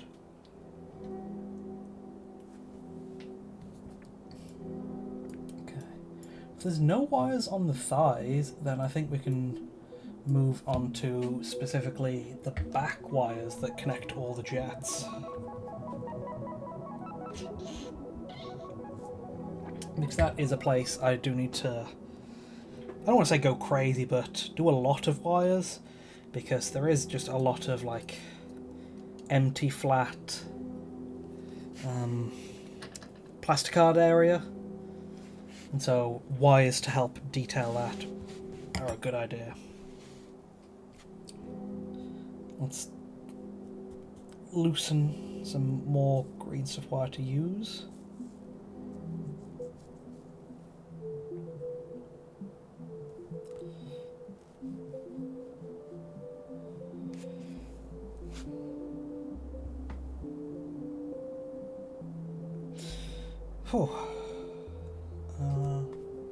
Connect from the top sides. Okay, so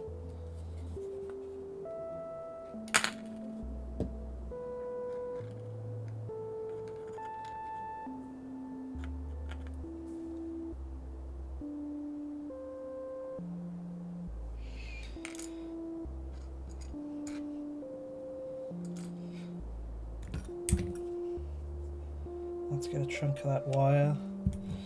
I'll put a spot of glue down on the back where I want to connect it to. So I'm going to try to just lay it on there and hopefully just leave that in place to dry so that it is secure to work on when I get back to it.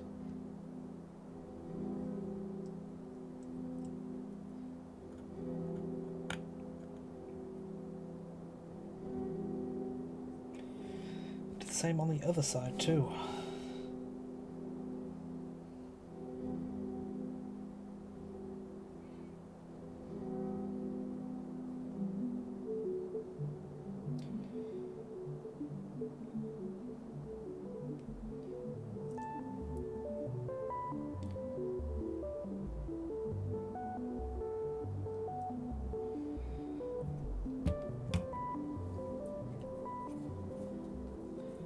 Very, very finicky work here, and it is hard to pick up on the camera because it is bright white. Can I...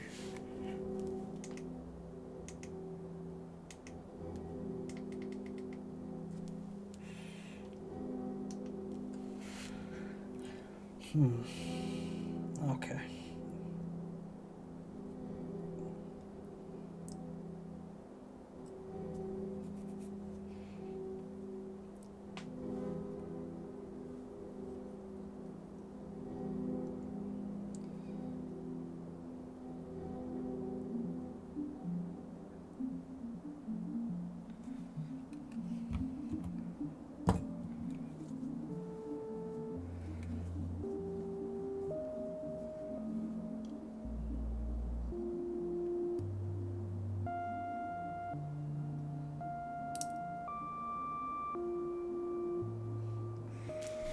Once I've figured out where I want it to sit, I can chop it, I can cut it a bit long and then just tuck it in the other side.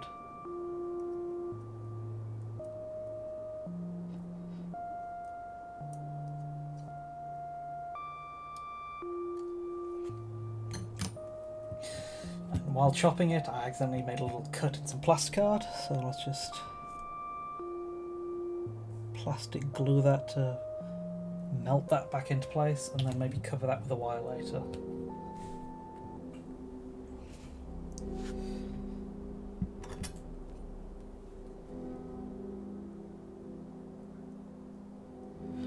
just do the same with the other side. But being careful not to damage the model with a cut this time.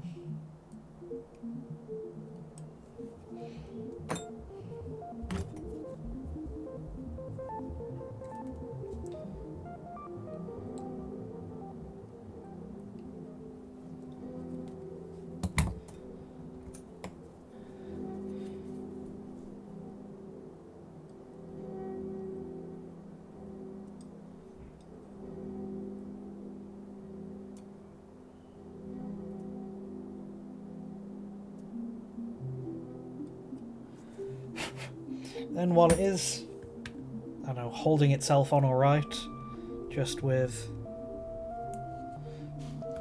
the green stuff stickiness for now, I probably will knock it loose or something with dry brushing or painting or just handling the model later. So, bit of dab of glue.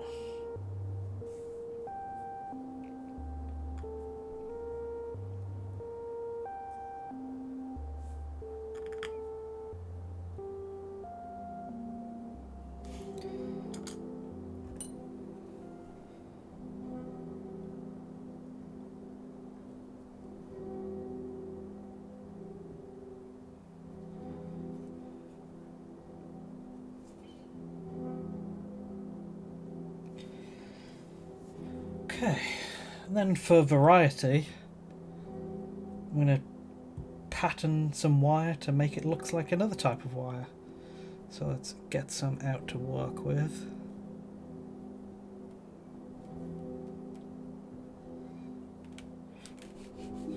And grab the small wire roller.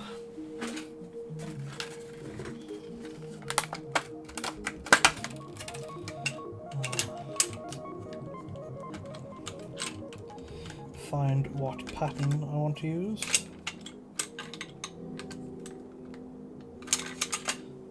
That one.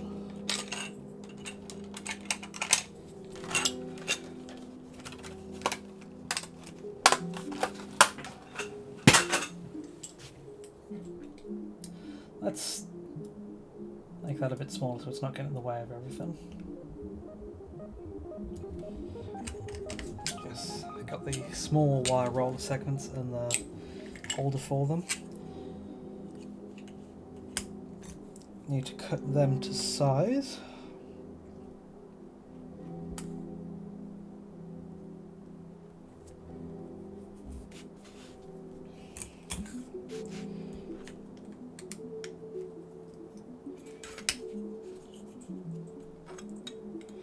And then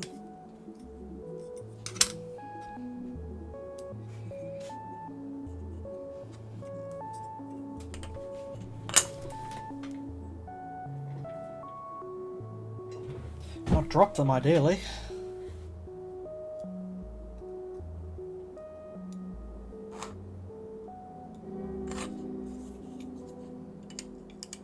Roll them a little.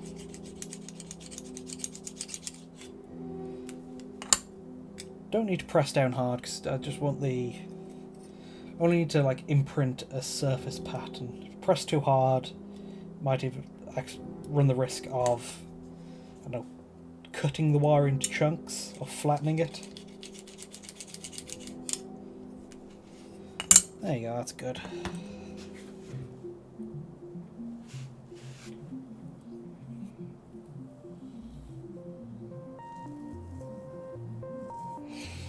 And let's get a few more spots of glue on the... uh-oh. Let's get a few more spots of glue on the back of the model to secure the wires too.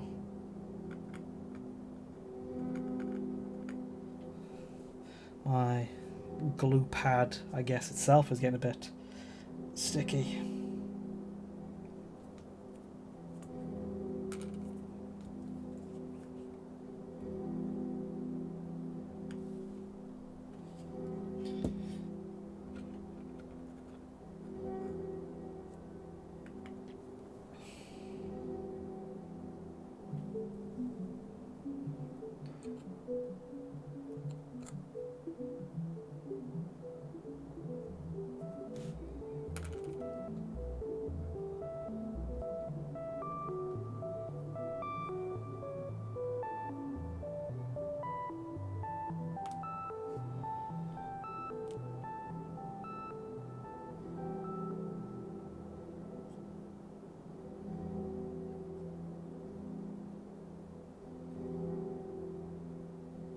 drop that in the right place.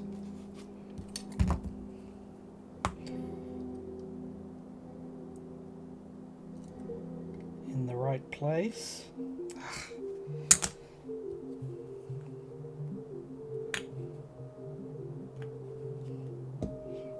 Let's try it a different way. Let's try damming the end of the wire itself in some glue, since it wasn't strong enough to stick before. Okay, that's a bit better. And the other side.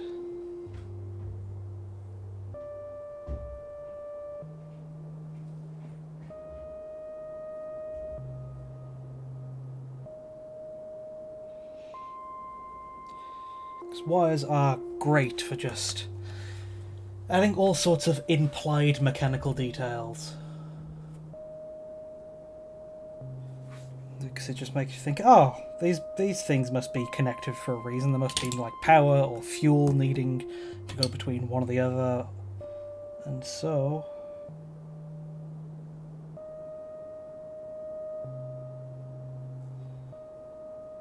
Now, the problem with these very pointed ones, they are good for manoeuvring stuff about, but they are more likely to leave marks.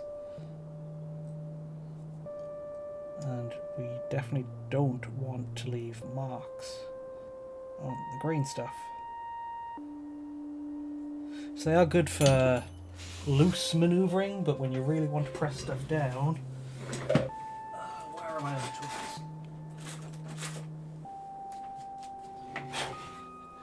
Some silicon tip tools, kind of like paintbrushes, but silicon at the end. And when you push something in with these, it looks more natural. It doesn't leave as many harsh marks.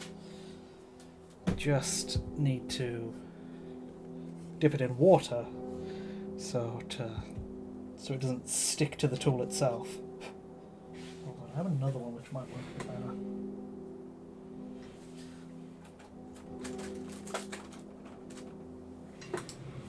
It's a tad smaller, since working in a smaller area. Make sure it's not dusty.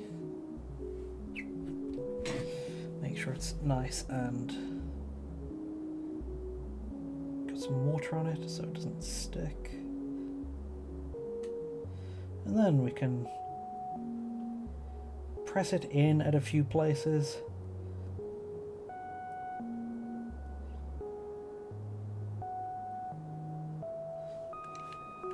And now we can cut it.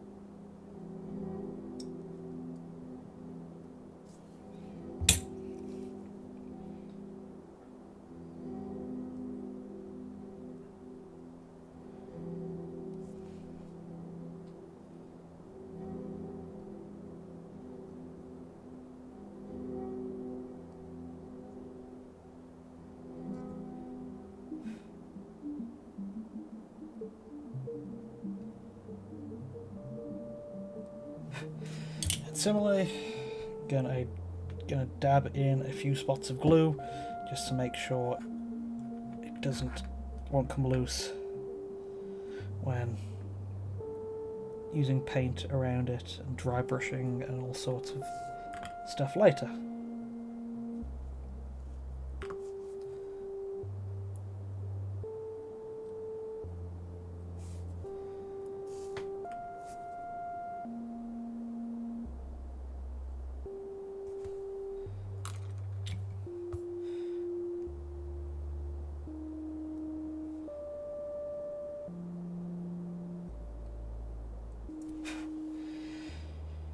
Okay, and then you can hopefully see before where when I was attaching all these extra jet arm things, I did specifically drill in spots to connect wires. Because like I said, it helps sell the believability of mech designs where makes it look like things are connected. There's some reason behind that, and the reason behind jets is, hey, they use fuel, so a fuel line. What pattern of wire do I want to go for the fuel line? Do I want to go plain? Do I want to go corrugated? Do I want to go segmented?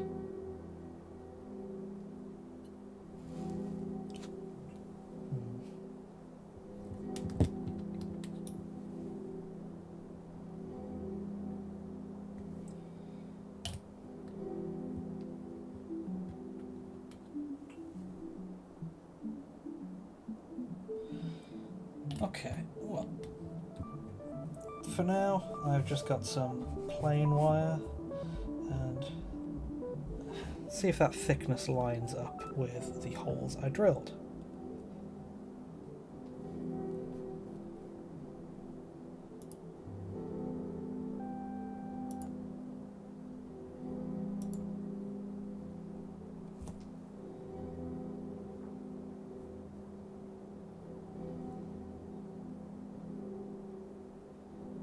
Okay, that is a bit thick, so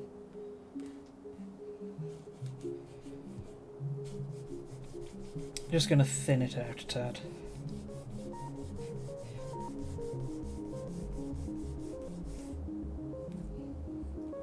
Hand rolling it out to this thinness all the way would be way too inconsistent, but since it's mostly rolled evenly with the tools before, just this extra little bit to get it slightly thinner shouldn't cause too much unevenness, especially when rolled back and forth.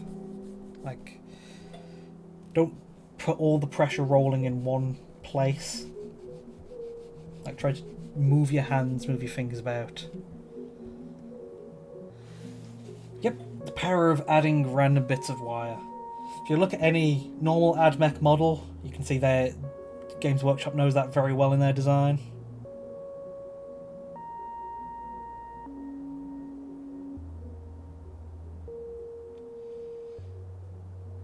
Okay, and that thickness looks good.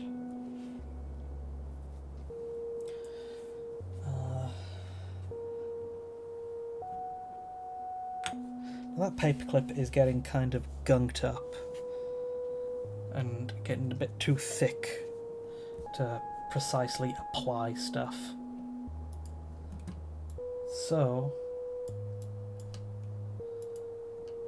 I'm going to chop that end bit off, so I've got some fresh thinner wire to apply with.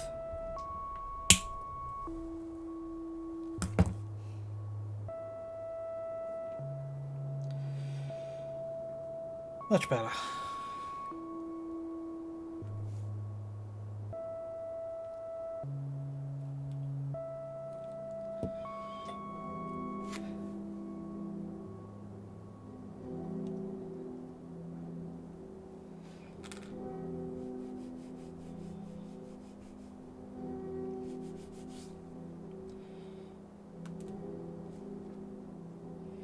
Then I can just feed it into that pre-glued hole. See about where it needs to line up. And cut it off. So give that glue a second to dry and prepare the next bit of wire.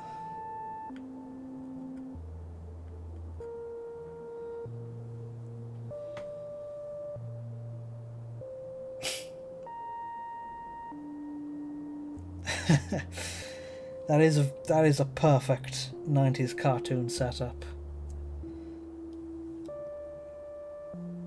I feel like some modern animes could very much do that. Isekai being super popular and all.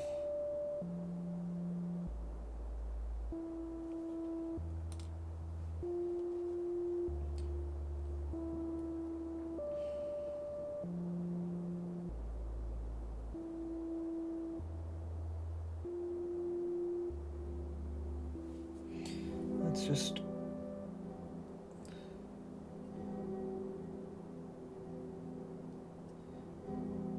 make sure to really get the wire in there.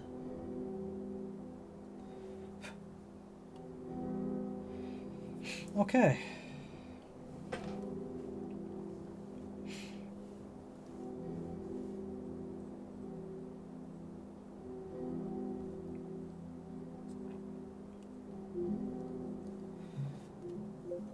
Freakazoid. Ah, computers were wild back then. Ow. Let's see if I can feed it into one of the handles I made earlier. It's a nice, easy point to secure it.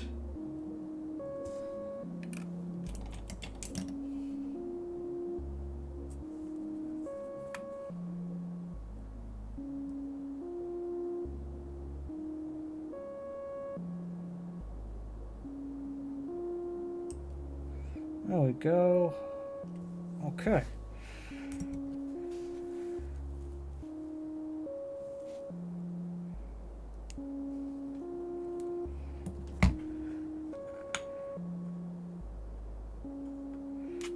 And a bit more glue onto where I want to attach it.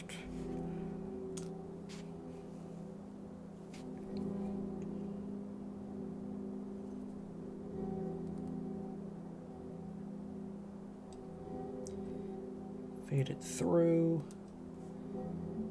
There we go.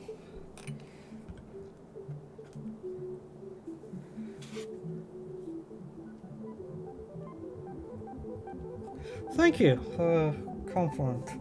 It does turn out decently in the end. Just a lot of finicky things to go through first. So now for this wire. Gonna feed it through that hoop and then hook it under the plasticard.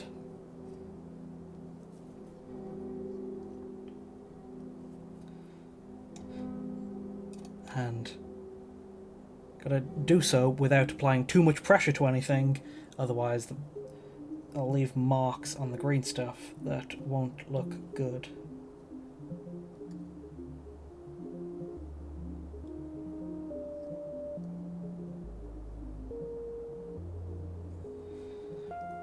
Okay, and I'm going to use some... it's fed through, roughly. I'm going to push it through and use some tweezers to pull it through.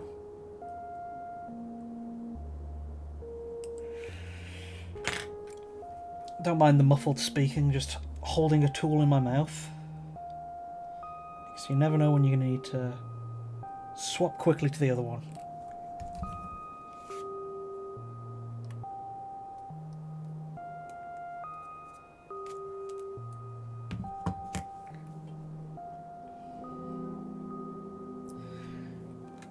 And then I want to get some glue on where I want to attach it.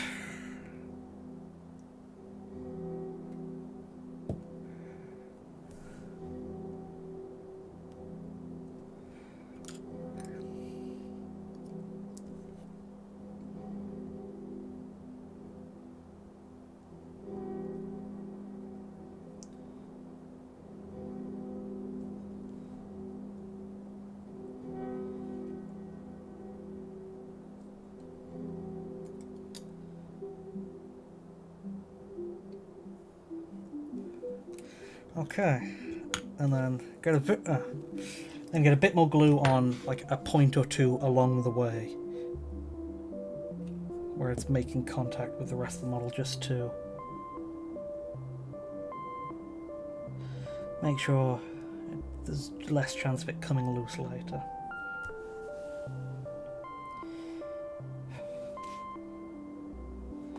Okay, then I need to hook up the bottom two.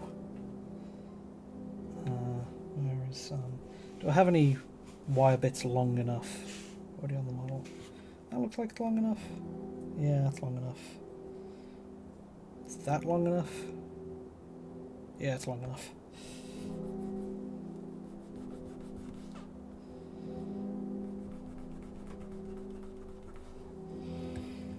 Okay, just repeat the same thing.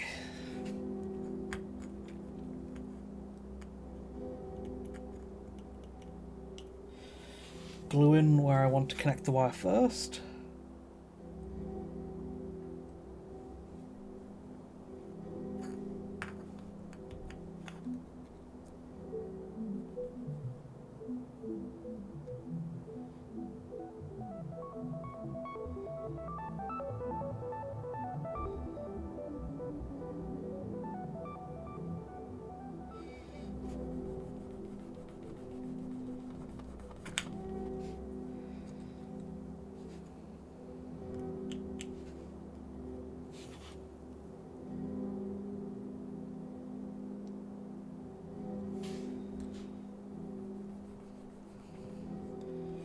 Then after this, I'll probably add another pair of wires onto the back just for good measure, because with AdMech, extra wire is always helpful.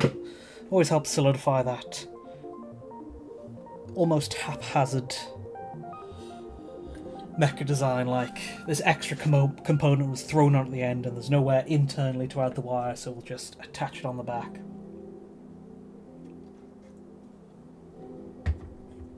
Okay.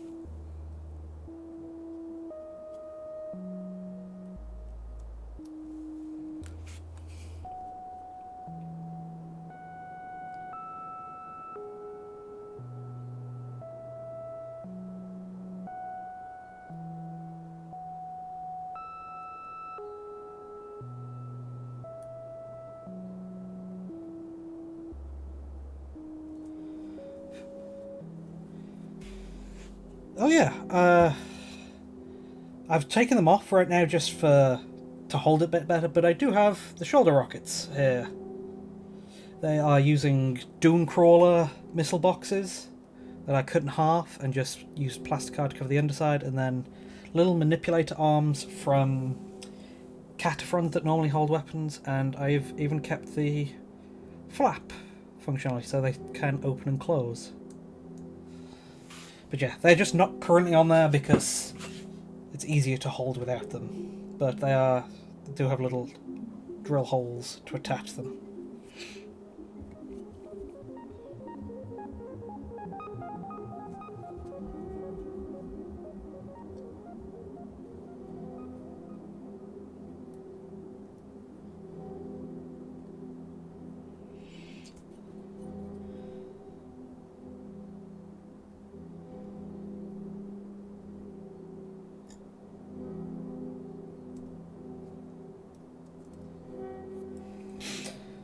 Okay, can that focus?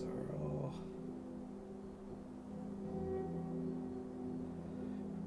There is now an appropriate level of messy wires there to convince people it's AdMech-y. I say AdMech-y, it's Imperial Knights, but I just steal a lot of design cues from AdMech in general. Yeah, the flap missile coverings are neat. Normally you sometimes need a bit of an extra... do some extra stuff to like wire it, like wire to make a hinge, but that's part of the existing missile box I was able to keep in. Okay. Just one extra pair of wires coming from the very bottom, because I feel like there's a kind of empty space underneath that whole mechanism. So that wire looks good. And get some pattern rollers from Small Wire Roller.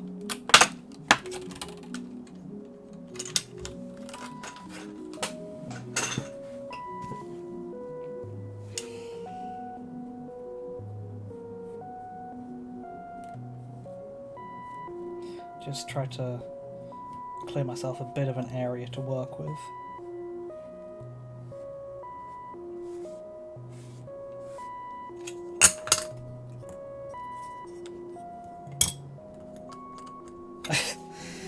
Yes, magpie. I'm not stealing AdMech design elements. I'm learning. I'm a student of the design.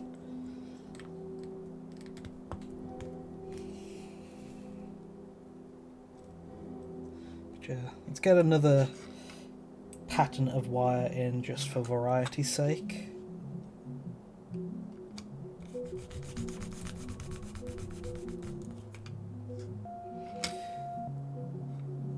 That wire was very thin, so the pattern is very surface level. Have we got any slightly thicker stuff? How about that?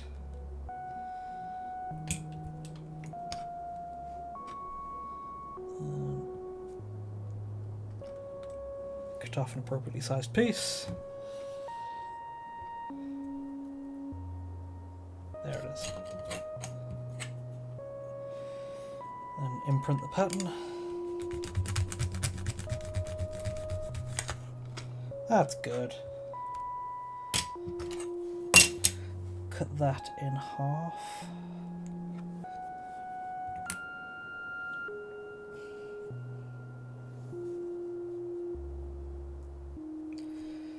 And get some glue where I want to attach it.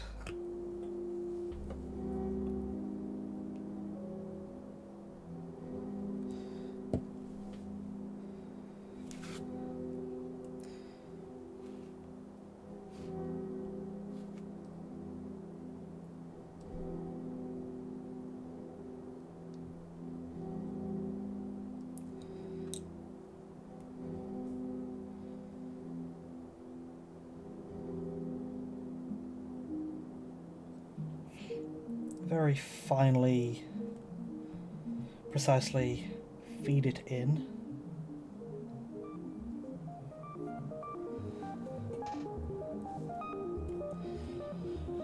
Placement is a bit haphazard, but it's fine that it's a bit weird. Wires are never fully secured, so in the design, not in the actual model. Design, they're not fully secured, so they can be a bit loose and a bit more, I don't know, imprecise and asymmetrical. And they are even still a bit long, so let's trim them a tad.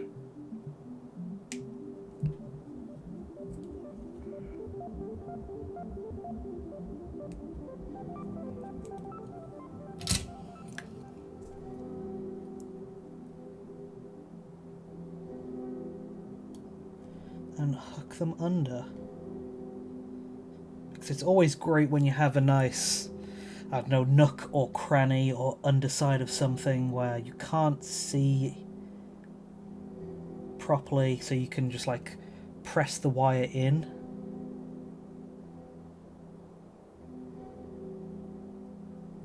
That is very nice. And just to be sure, get some more glue.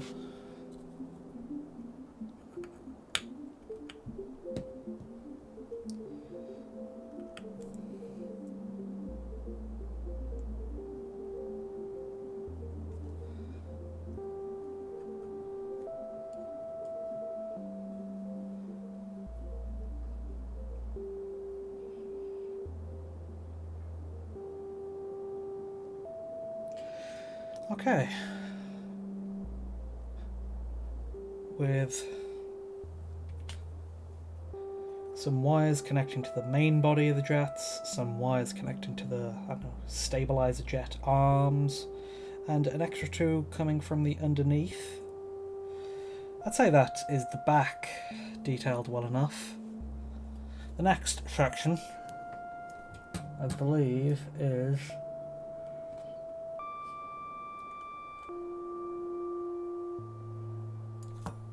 some wires on the forearms.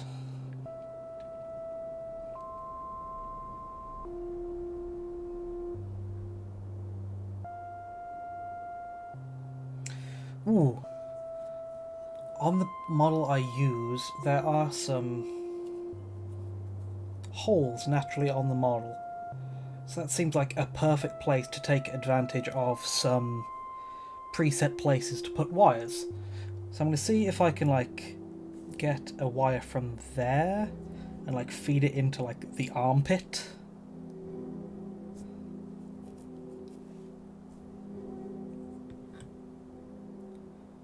Just need some fine wire.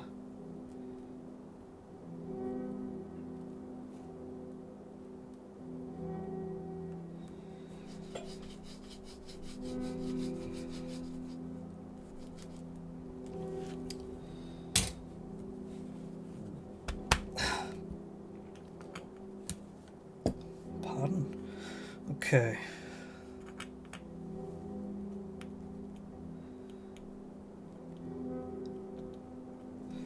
Let's glue the wire. Because logically speaking, having wire on the back of a model makes sense, because you don't want important wires to be exposed to front and gunfire. So you have armor at the front and then wires at the back.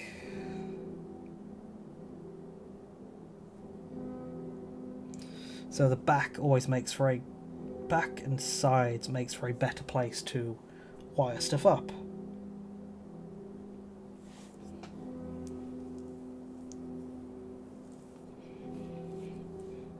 That fits in very well.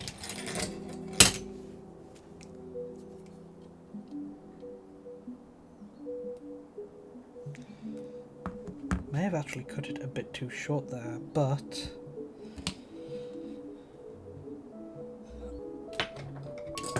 that just means I have to feed it straight to the place, can't have it sag or droop or anything.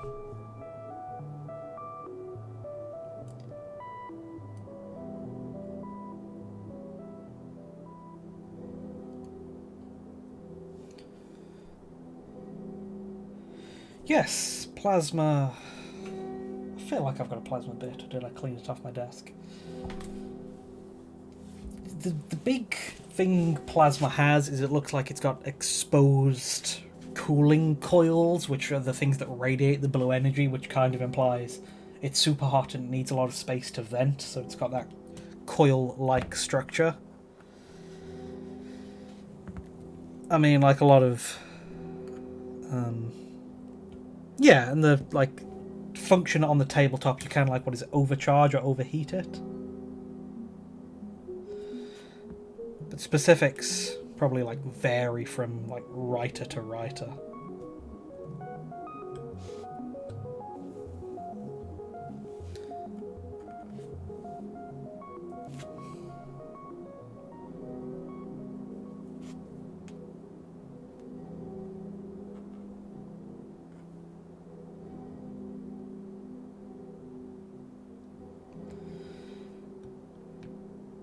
Let's see, do I have any plasma weapons on hand?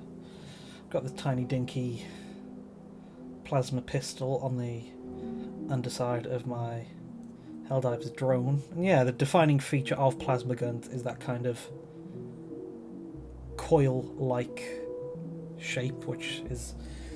everyone does their best to do like a blue glow effect on.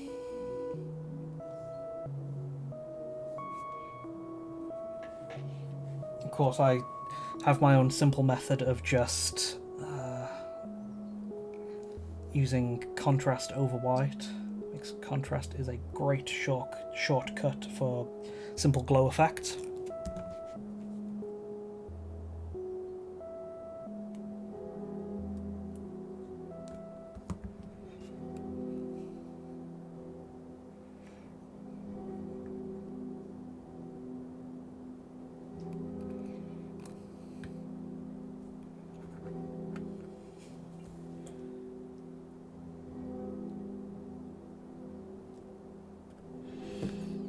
But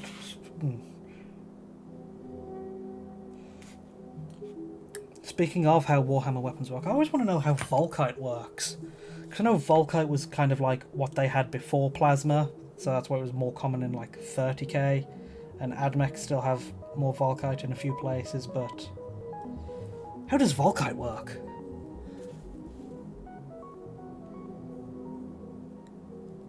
Yeah. Plasma is blue unless you've got weird, extraneous chaos warp messing with how the colours work. And Volkite is ready orange. Again, unless you've got aforementioned weird chaosy stuff.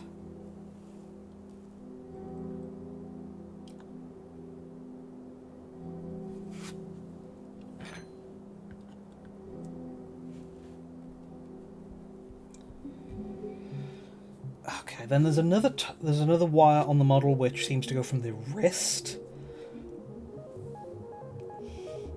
So I'll see if I can do it from like the wrist into the elbow pad, or wrist into the back of the elbow.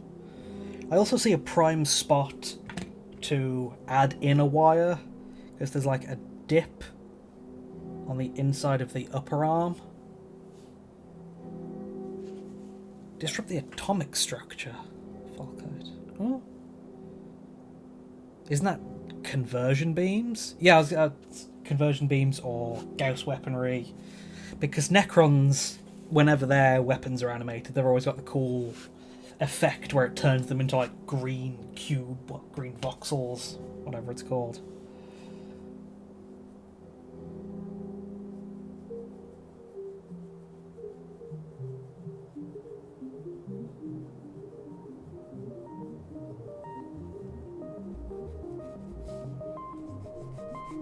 I mean, Volkite might as well just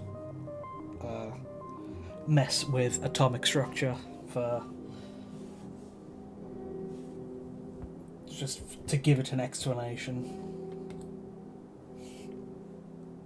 Something that always throws me is like how there's, what is it? There is both melter and flamer. Because on surface level they sound similar. They both sound hot, like melting and flames, but I'm sure the specifics, like melter fires superheated liquid, whereas a flamer is just a flamethrower.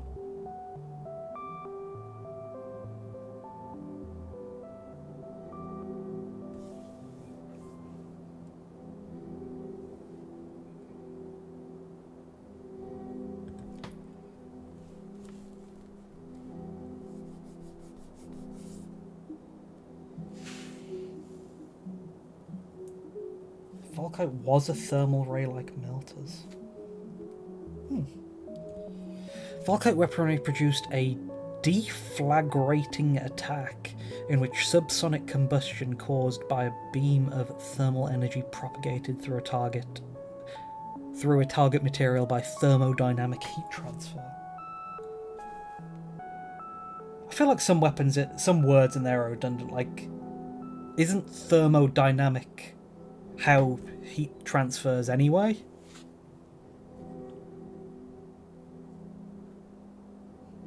Like, I feel like thermo whatever is just the word for heat propagation. But I don't know, guess they gotta write it fancy to make it sound cool.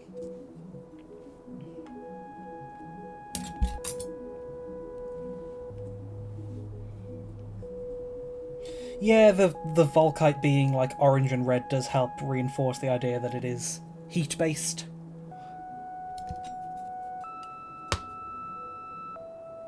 One and a half.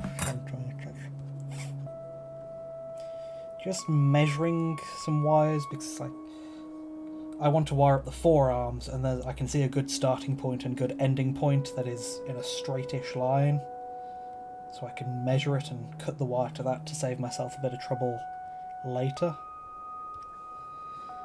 And hopefully that's long enough.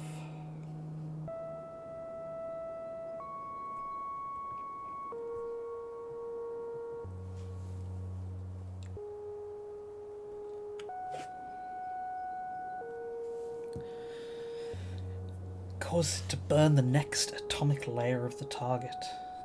Superheats one. Huh?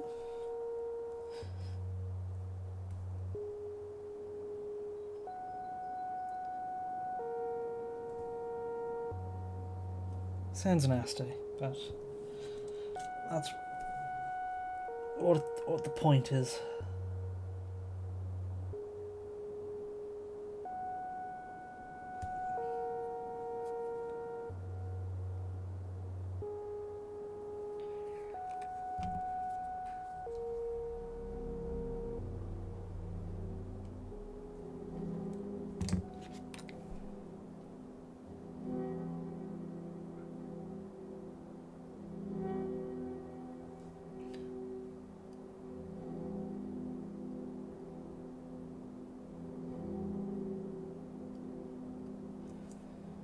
There you go, some nice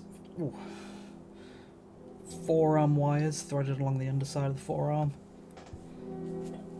I'm tempted to. When I add forearm wires, I'm always tempted to add it on the inner arm, just because there's that kind of biomechanical inspiration where I make wires look like veins.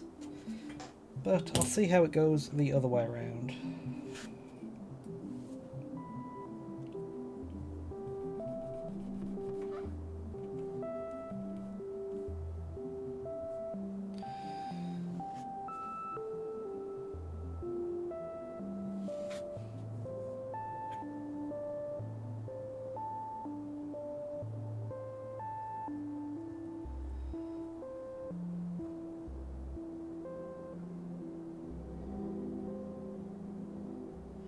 Yeah, like an example of the forearm vein wires is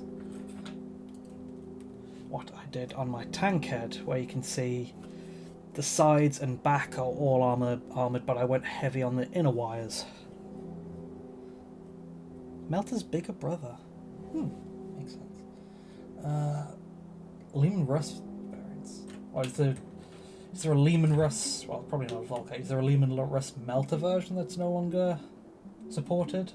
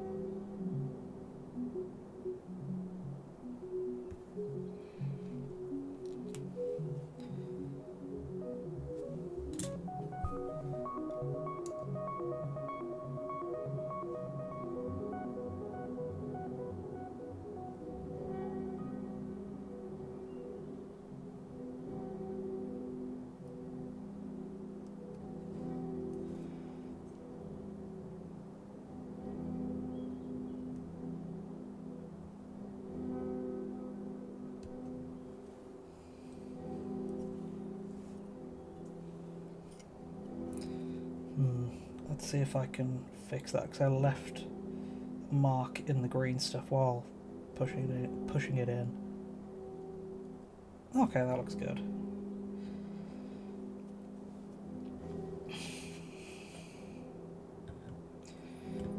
Okay, and one more wire for the forearms. Forge World. Oh damn, there was a Volkite thing.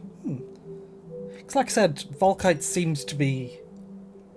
I like what they did with it lore-wise, where Volkite was more common in 30k, but it's one of the many lost technologies that only AdMech had a bit of, until some Primaris units showed up with, Neo-Volkite.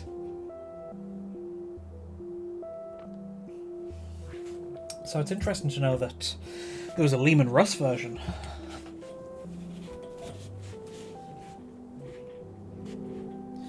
But what was the Annihilator? Was that... I don't know, because I remember looking into some Lehman Russ stuff for my tank head builds. but I can't remember any of the specific names. I know there's like the big... Some of the builds I recognise that I guess might still be usable are the just regular old tank one. There's like a short barrel. There's a train gun autocannon thing, and there's a plasma. But I can't remember which exact names they were, whether it's a Lehman Russ Destroyer or Annihilator or Hellblaster or whatever the fancy version of it is.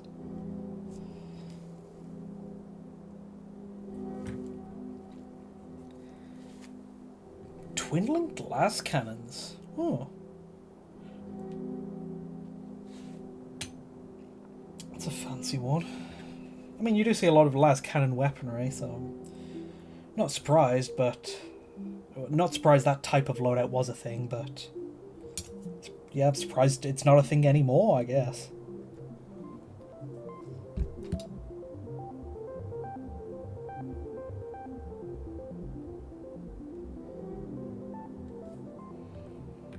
Okay, that is a good spot to glue it in. Yeah, Legends.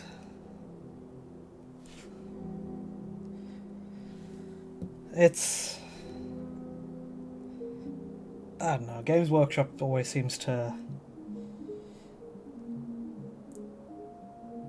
just ignore and forget and allow a lot of stuff to go to Legends or just outdate it.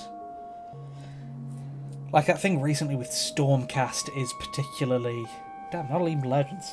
I know the recent thing with Stormcast is particularly weird where... Well, not just Stormcast, Age of Sigmar in general, where they just said, oh, I can't use a bunch of these units anymore, but Stormcast had stuff where it's like, even stuff like 6 years old is now no longer playable.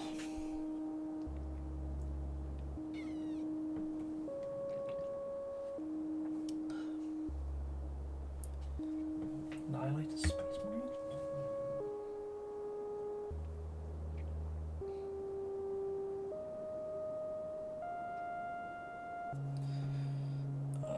What am I looking for? Nippers.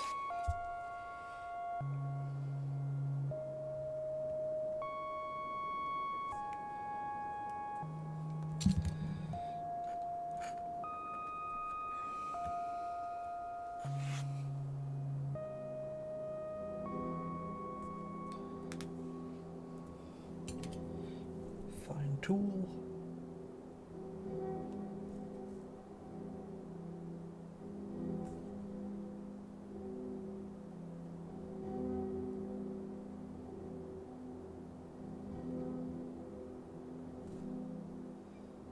Come on, get in the place where I want to connect you to.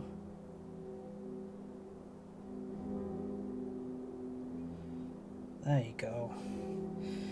Did end up getting a bunch of glue all over my tool though. Yeah.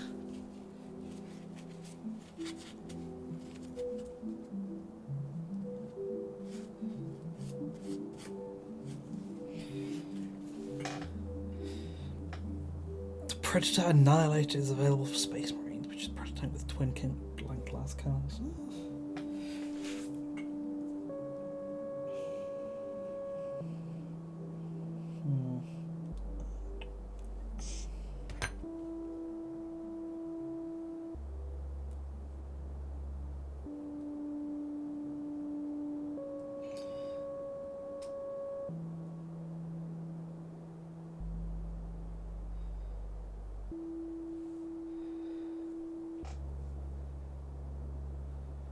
Lehman Russ Arachnos.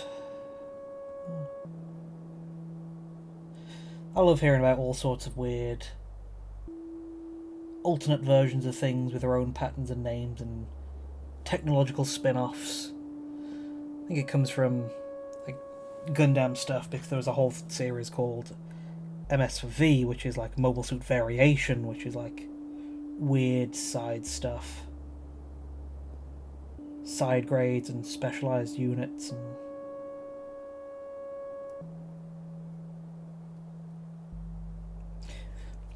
helps make a setting feel kind of fleshed out.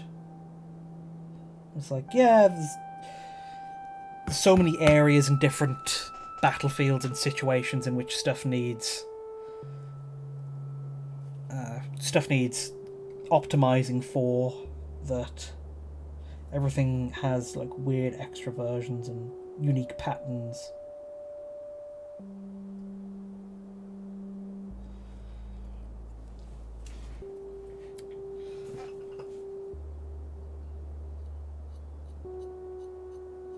Ooh.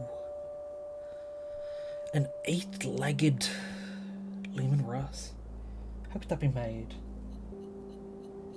First thought goes to using the Dooncrawler spidery legs, but you need 2 kits of those? Seems doable. Yeah, given stuff insect legs is a good way to make it seem dark admech-y.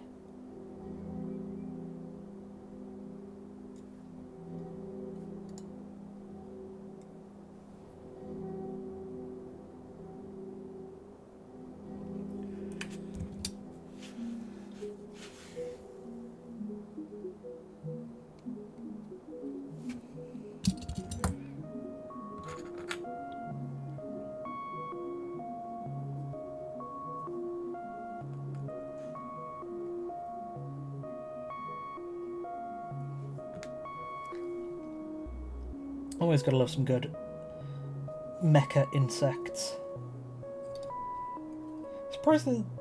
Surprised that there isn't a kind of mecha crab type thing.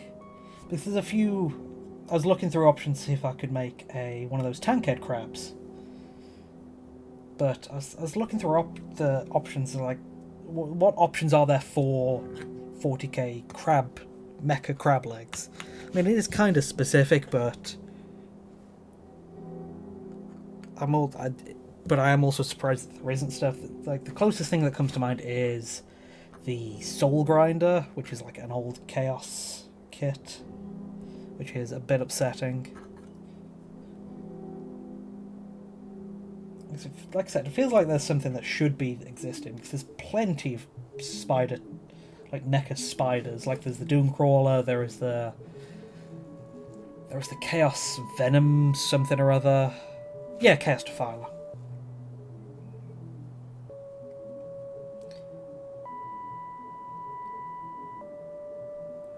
Ooh, no, I'm not done with wires. Well, I think I'm done with wires on the main body. Let's show it off properly, hopefully. I've done some from behind the shoulder to into the armpit. I've done some from like inner upper arm into the elbow, and I've done stuff from forearm to front of the elbow on both sides. And I think he is pretty well wired now. Let me check the reference one more time.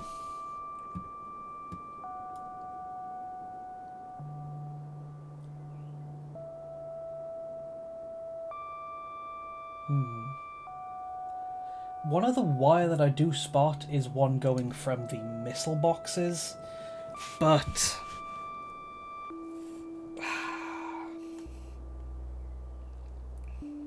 I'd have to glue them in now, and that would make painting way too much of a pain. I think the kind of robot... Let's refocus. I think the kind of mecha manipulator holding on to them is a good enough attachment. What can I do? Can do something. Give me some wire. Hello, J-Dog.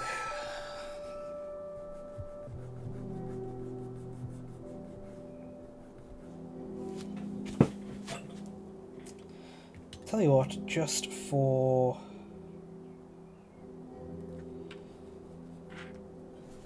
It's AdMech. Gotta be a bit extra with wires. I cannot link the missile box to the main body with wires because they are not together as is, but I can add some wires just on the underside of the missile boxes.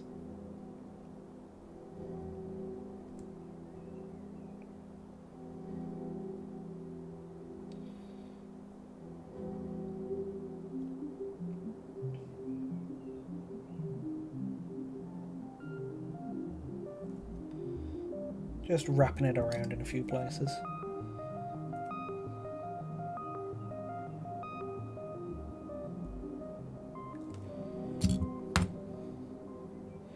Just for an extra bit of detail. Tau have Sruthi Crab mercenaries. Tau have lots of auxiliaries that... Do they even have models?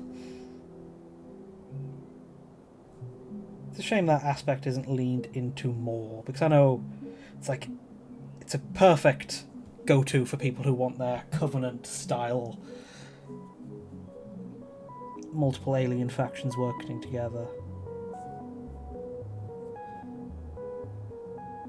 And it would be perfect if they just focused a bit more on it. They've got the... They had the Vespids, which are like... Are they old Finecast? Because they're... I know they're old ones that... I could probably do with updating, and then Kroot got updated, but...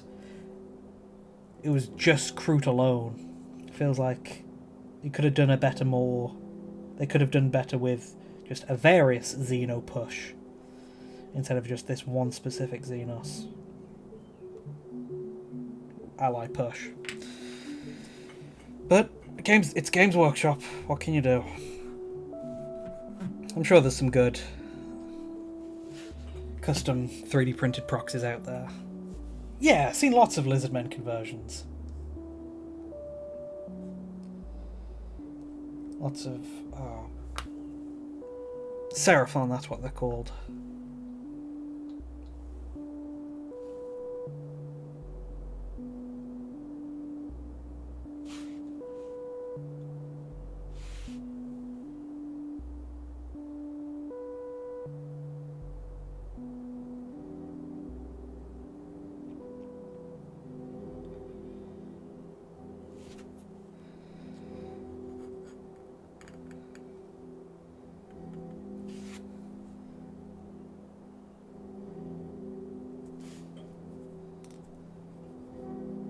Yeah, Kroot have received enough fleshing out. It wouldn't surprise me if they did become their own faction, but I guess for now they're just a sub-faction. But not even that good a one, because they're made to be part of the Tau army, so without... There'll be a lot of things they're lacking if you just run Kroot as their own faction. I know there's one guy on Instagram, I think it's called like the Iron Beak Kroot, where it's like a cool Kroot conversion thing, where they're done like they had a cool Ornithopter, Archaeopter conversion.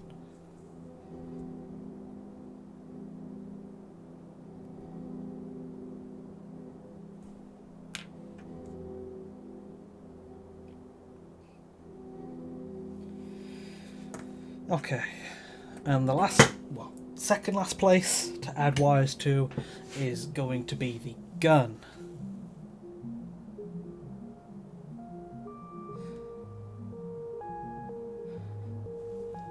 Got a cool panel on the side to wire up. Could like wire up the bit at the front, but I would need to feed it under the hand. Probably a few things around the handle could be wired up, and an extra wire around the camera too would be good.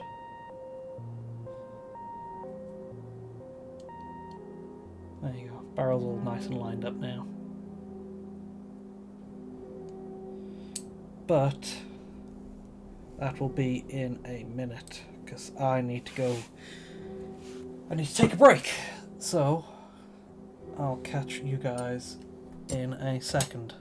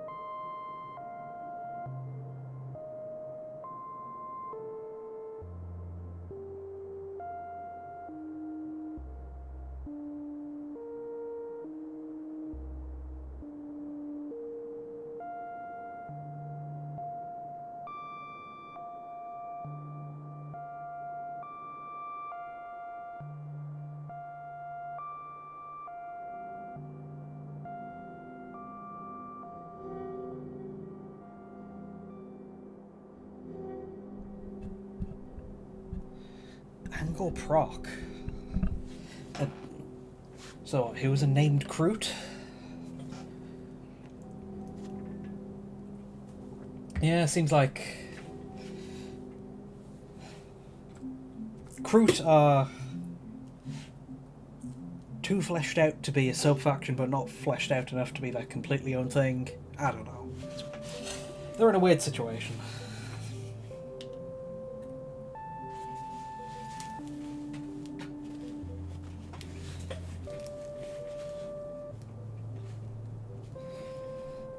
Where was I? Wiring up the gun. Okay. Thin wire. Thin wire.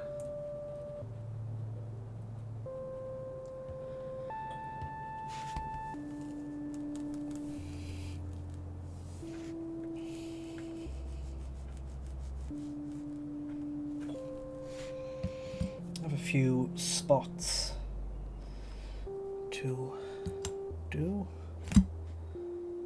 Let's see. That is perfect.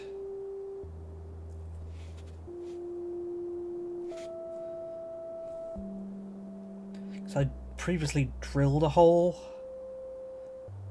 I think because you can glue wires just to the side of stuff, but you always want to have it generally connect somewhere where it connects to, just for like visual and logical sense.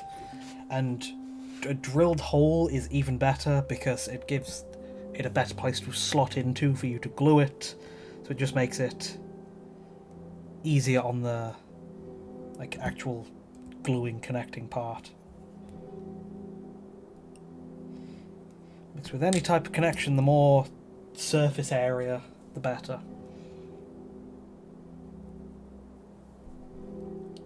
But again, this will be another thing that it's not easily picking up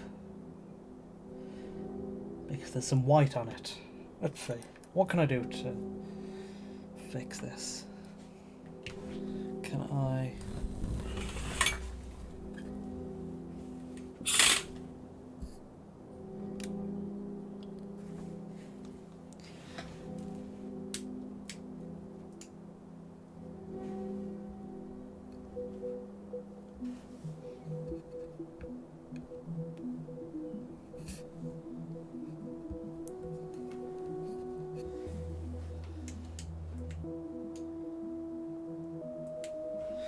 Well, that light is broken.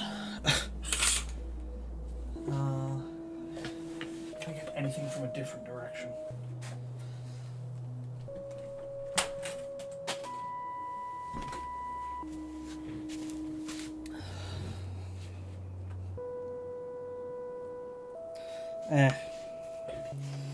Looks like that's it for now, unfortunately.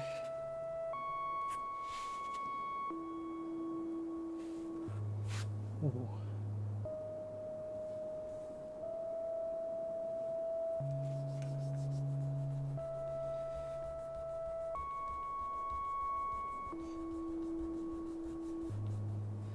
Let's see. I've got another spot to add glue and a wire from above. Can I loop that all the way around? I need to make it even finer. Thinner.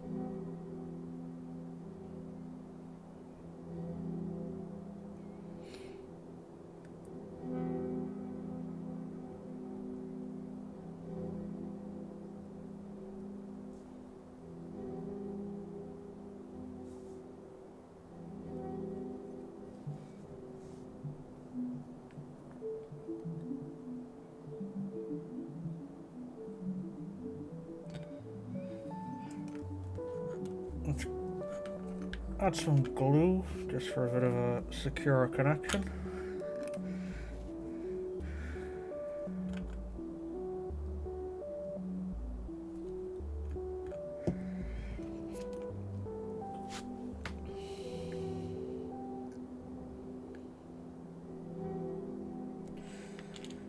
And speaking of named characters, it always feels like Admech. I mean, obviously, what my mind goes to because I mainly collect Admech, but it's only one named character for Admech that has a model. Good old Belisarius Call. Feels like they could very much easily do with another one, like just a named Skitari Alpha. Base for your BT. Oh, you're doing. What could you do for a base? Well, is it what army is it going to be a part of, and how is that existing army based, or is it just going to be a one-off standalone thing? Because what I did for mine is, let me get it.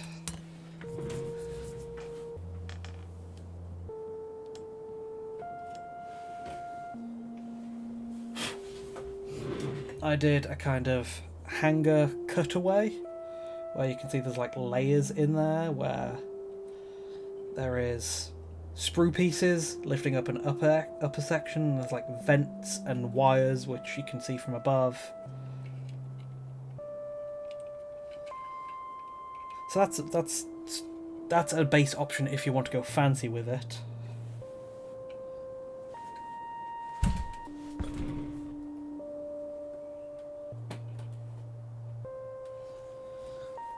For this one, this Northstar, what I'm doing is kind of similar, where there's some flooring with some exposed mechanical details underneath, but this is kind of simpler, where I'm getting some panels and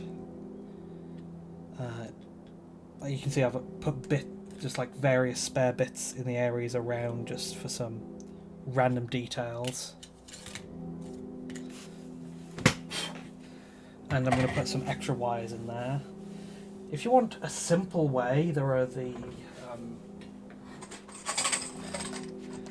Necromunda, just Necromunda bases where they're good, like random mechanical details.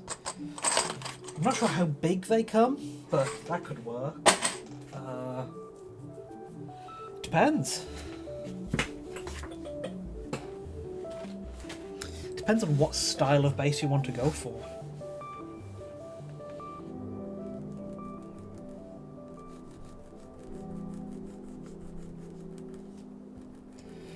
Because you could do any base simply, or you could go as fancy as you like for... You can fancy up any base too.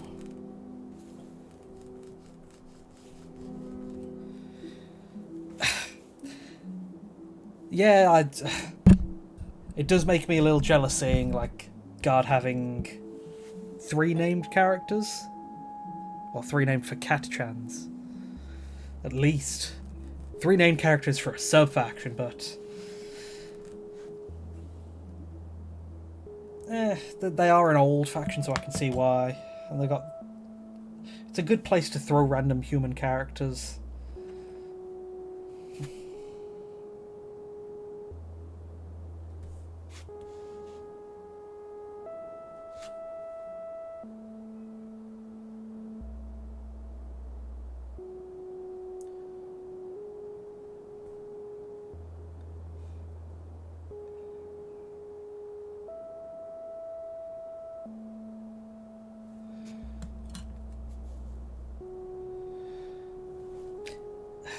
Yeah, older armies are going to lose a lot of stuff, but I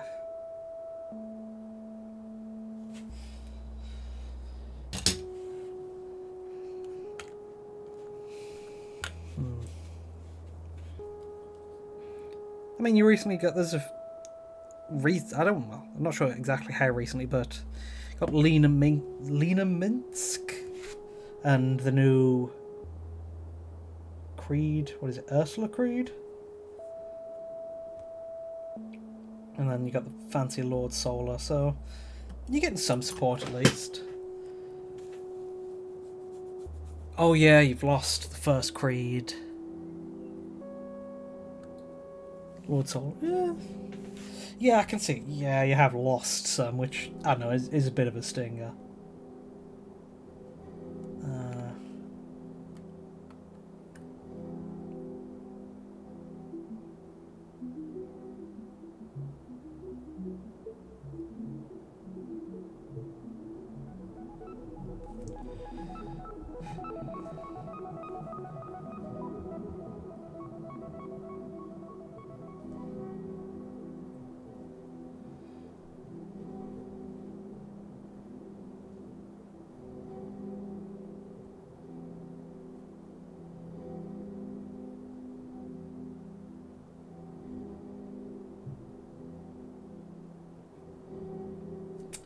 Welcome back.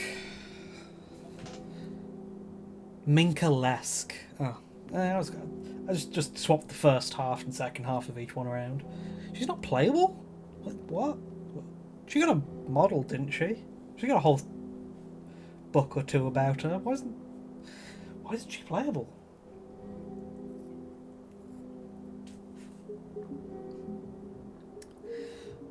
Weird.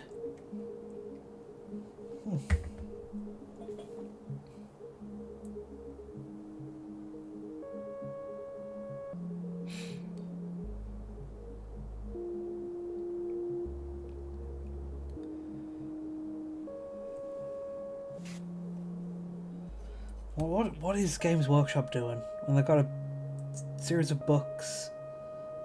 Well, maybe not a series, just like at least a book for a character and a model, but not having rules. 4 books, Jesus. Oh yeah, she's like the, what is it, Cadia, not Cadia Stands, Cadia Returns? I don't know, there was some like Cadia Revival novel series. It's around her, I guess.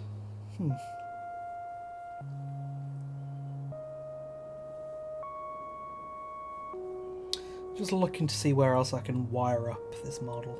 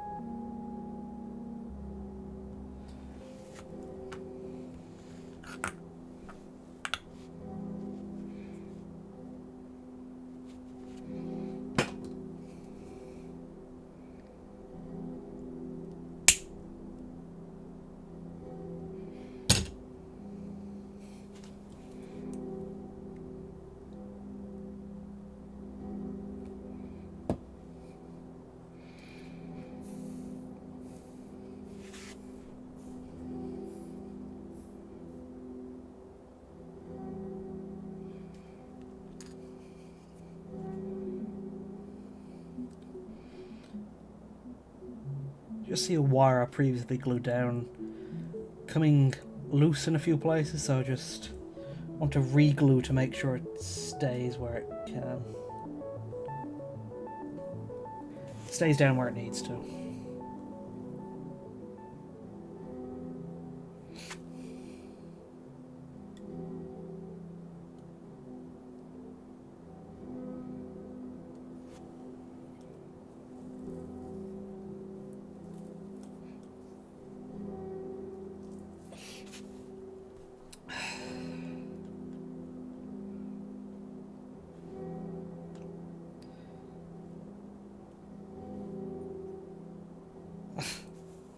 Cadia only have one named character? Well, one named character for gaming.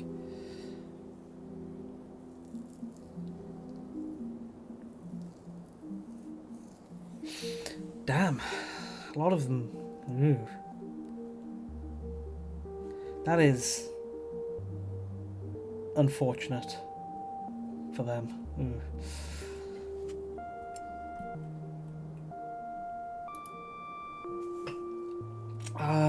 Yeah, you would expect more because, I don't know, Cadia kind of is the guard. They like to say they got sub-factions, but not really as much. Especially when their main alternate faction, like the Death Corps, a lot of their stuff is Forge World, so that's barely real.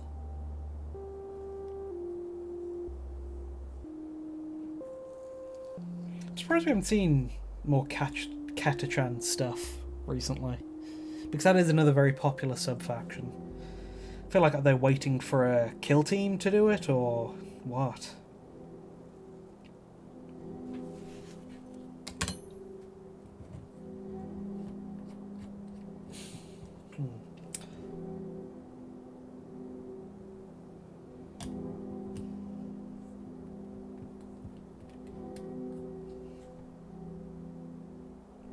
Because I feel like the perfect kill team box could have been, what is it? Like either striking scorpions or warp spiders versus Catachans for the full predator knockoff thing, but we got one of those in a box versus Space Marine Scouts, so I just kind of felt like a missed opportunity. I mean, people are going to clamour for Space Marine Scouts anyway, but...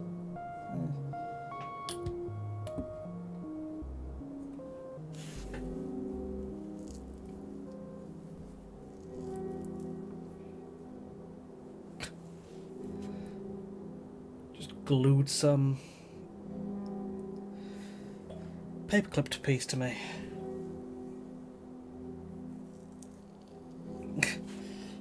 Yeah, Death Corps do need a named model, but at the same time, what makes them is that they're pretty much faceless and interchangeable.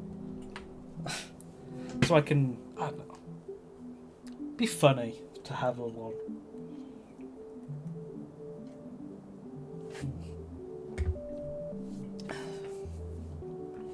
A named character that's indistinguishable from everybody else in their squad.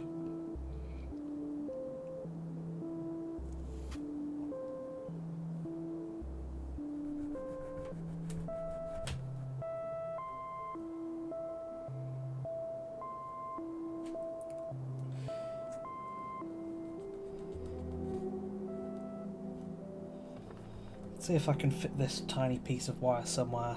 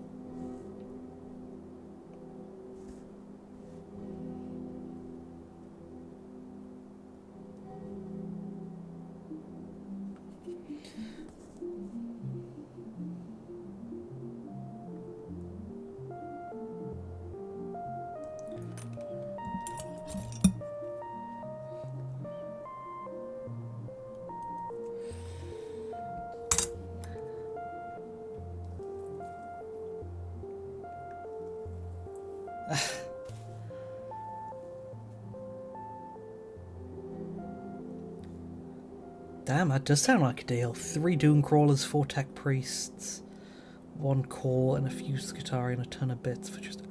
I'm very jealous. That sounds like... Whew. Sounds good. You got any plans with that? So you mentioned you got some bits too, as some good conversion fodder.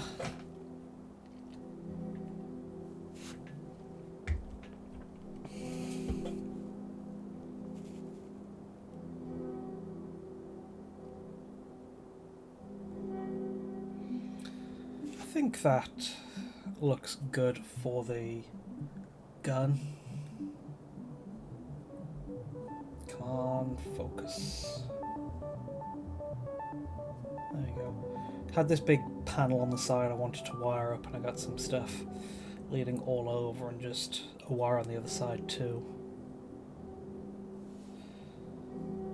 And then that takes us to our last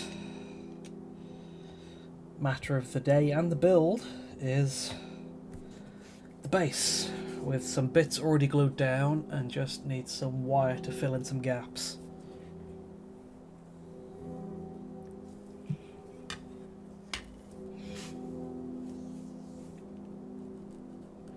So can start looking at the chunky wire. Oh yeah, the called Doomstalker thing. I think you mentioned that before. I remember somebody was talking about maybe kit bashing using a Doomstalker. At least last time. Gonna have some very long legs. But Doom crawlers are great for parts, so that sounds good. I've done 2 Doom crawlers now, I think, and used parts in used significant parts in another build. I got my tank head, Onage tank head, I got my Doom crawler spider tank, and I also got a Scorpius disintegrator, but using Doom crawler legs.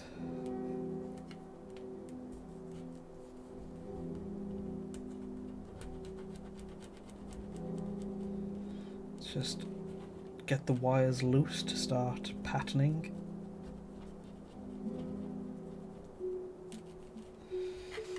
Okay, and since we're looking at big base wires, I'm going to break out the...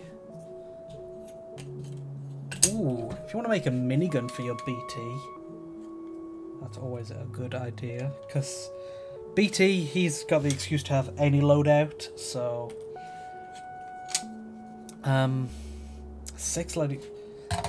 six-legged Doom crawler, you say?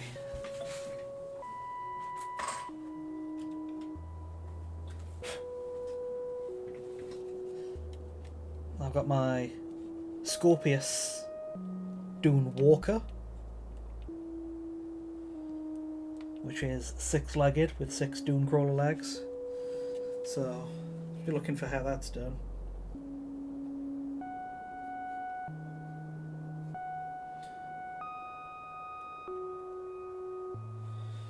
Who looks like he needs some repairs. Ooh.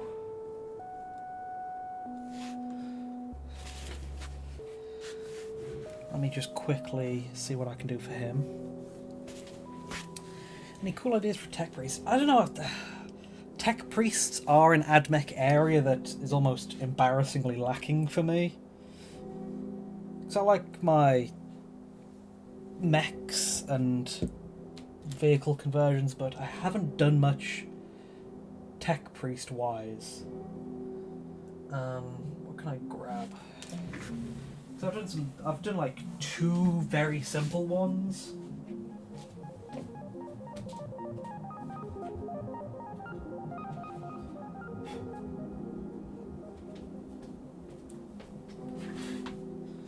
Where's my duster brush? I've done I don't know, kind of hive mind, I call him tech priest, where he's just heavy on the servo skulls. This was like a very early build for me, so it does not crazy conversion wise. It's just servo skulls are cool. Let me throw a bunch of servo skulls on him. And then another early tech priest conversion was the engine seer, where I just gave him some extra Cataphren manipulator arms on his backpack.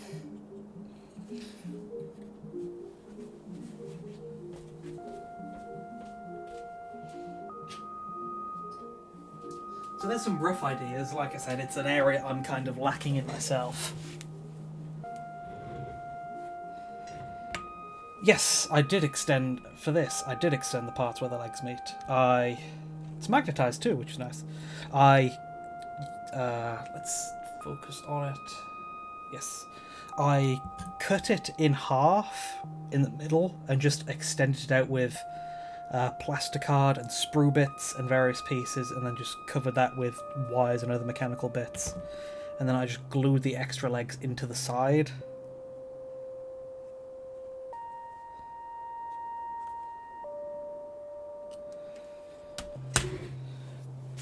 Okay, but as I mentioned, it's broken. You can see this back leg here has come loose. So I'm going to see if I can just dab some super glue in the crack for a very quick field repair, I guess.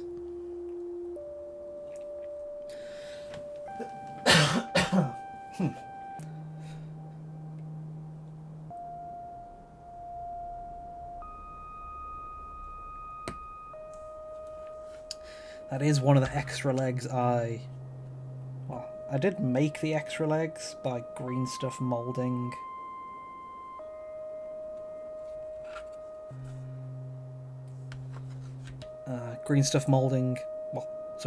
The blue stuff molding the leg to make an extra leg out of green stuff. Well, a mix of green stuff and milliput. And milliput does have the risk of cracking.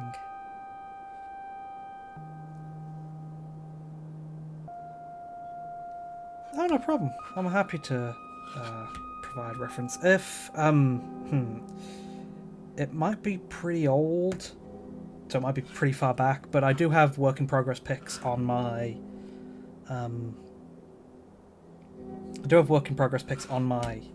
Twitter, at least. Maybe my Instagram too.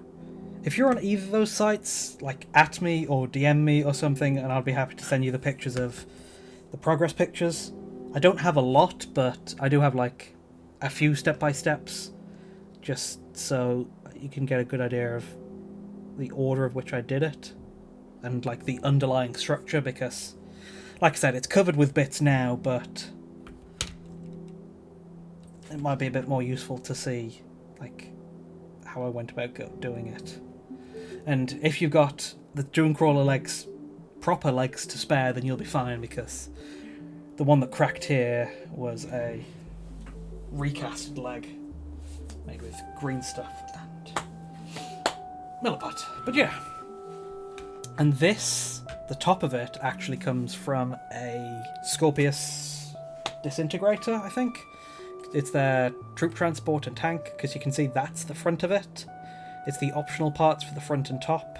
I filled in the sides with just plasticard, detailed that as much as I could. Used the top turret as a head. I used an Armiger leg for a neck joint. And magnetised it so it can turn, and used some extra stuff like... Still used the same gun, used a Dunecrawler missile box.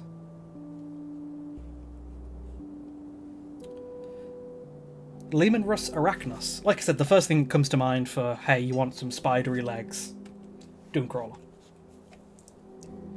But if it's 8 legs, you will need to buy 2 Dunecrawler kits, which is a bit of an investment. But they do work well for spider legs, because here is my Dunecrawler spider tank. Which, if you're looking for more stuff to do with the Dunecrawler, then this is pretty easy to do, because it is mostly just the Dunecrawler kit.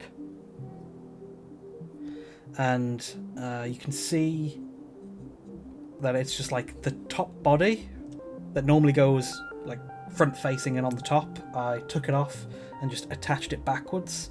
And then there's some adjustments to make for putting the turret on top and then reversing it, but this is pretty much just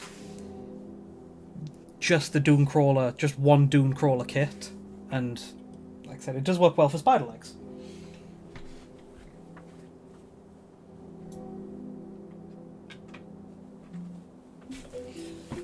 So that's my recommendation for spider legs. Again, it's a bit costly to buy. Two kits just for it, but I would say see if you can find the bits online. But they are like a main reason why people buy the kit, so it might not be easy for us to come across the bits itself.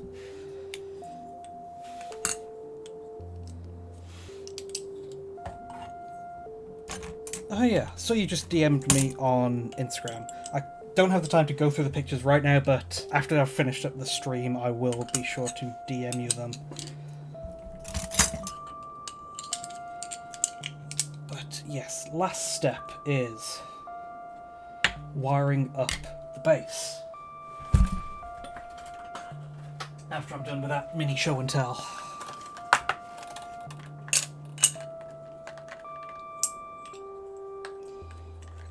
There are probably some other kits with some good spiderish legs. There is the... If you really want to lean into the dark mech side, there is the kind of... What is it? The Venom? I know it's a Venom something. It is a Chaos Space Marines demon engine.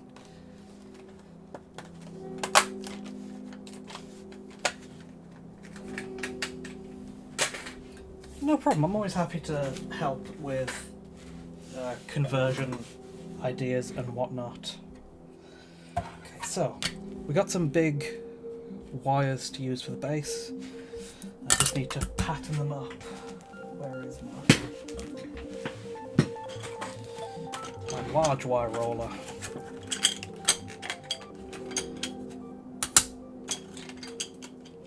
I think I'll do 3 different patterns of wires. There is the large indent, there is the small indent.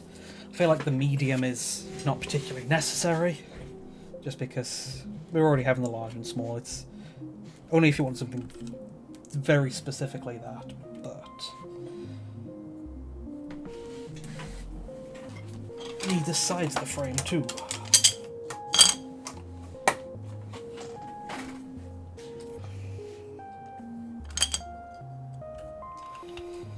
So let's pattern those wires and then start gluing them down in places. It's just slightly too big. Let's cut off the excess.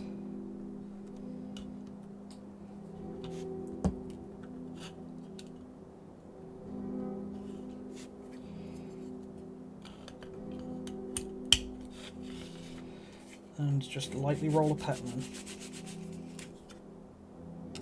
That was too light.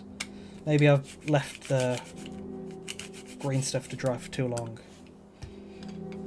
Makes it is a bit harder to put the pattern in now, but it's still a bit light.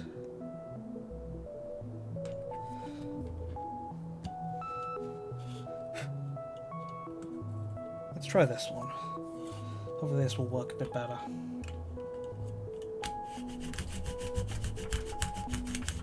Oh damn, it's really shaking the camera.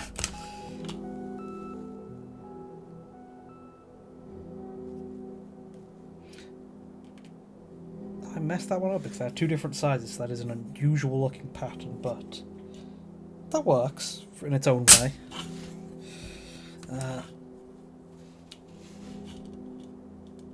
And then the last one.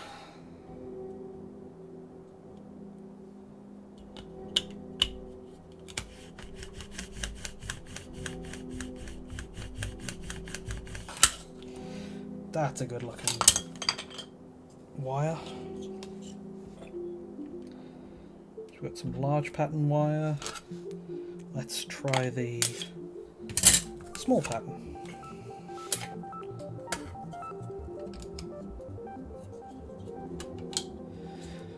Thank you. I hope this goes well too. Tau Crab Skirmish drone looks like a mini version of your Doom. It's funny you mention a mini version of it, because where is it?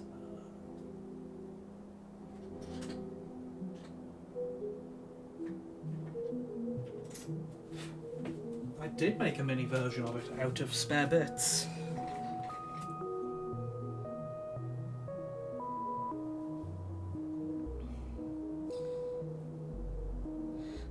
I think it uses, it's Sicarian arms for the legs. It is an Omnispecs for the head. It is a Electro Priest backpack for the body and a Castellan robot hand for the abdomen, I think. And like a gun barrel, and then Skitari antenna for the manipulators, phosphor blaster for the gun, and manipulator from a Cataphron for the for its arm. But yeah, mini spider. It's fun to make. I don't know, this AdMech critters every so often. Should do some more soon, because I want to do a Metal Gear Mark II inspired one, because that just seems like something that would be helping out in a AdMech workshop, forge, whatever.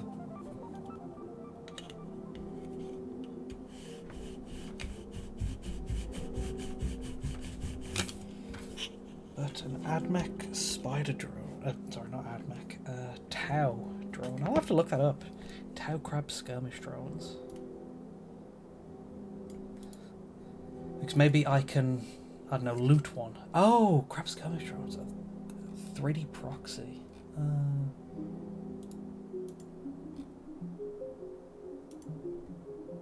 That looks pretty cool. Actually, I always like whatever cool extra mini weird robot creations I can get away with, because it's the whole reason why I started my AdMech army, just for a chance to convert more and have all my weird robot mechanical monstrosities.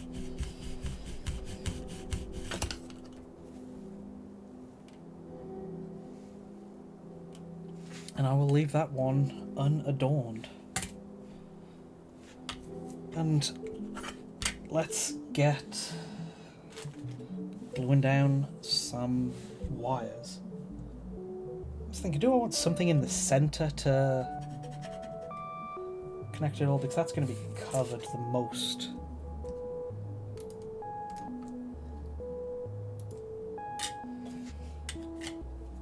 I want to focus around this outer ring.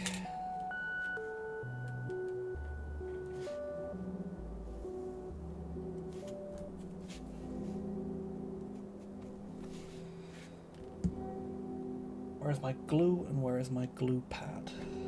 Glue pad, glue. And I need another paper clip.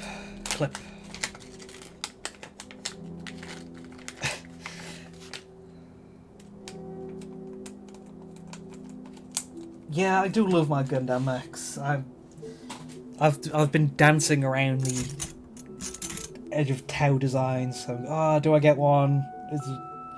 It's good. It's always an excuse to make more mechs, which I'll be happy with. But at this point, I like the challenge of making mechs, of making non-Tau mechs. But if they come out with another wave of mechs that are as well designed as the Ghost Keel and the new Farsight, then they've got me for the next wave of whatever they're going to have.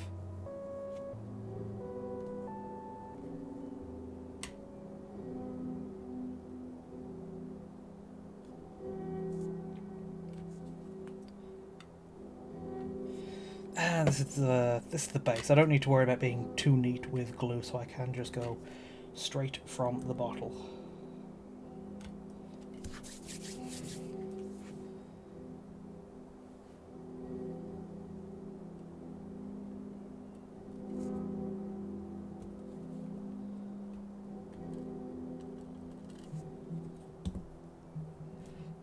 Tau gun tank. Yeah, gun tank would be good for Tau, although I do have my own gun tank. Let's see. I mean, it's not a full mech gun tank, but when I did converted some Cataphrons, which are the AdMech torso strapped to tank treads, I took my chance and used the UR-025 from Black Fortress, used that as a body, used some, what are they? Sidonian or Iron Strider autocannon guns, used some Cataphren arms, and made myself a minigun tank.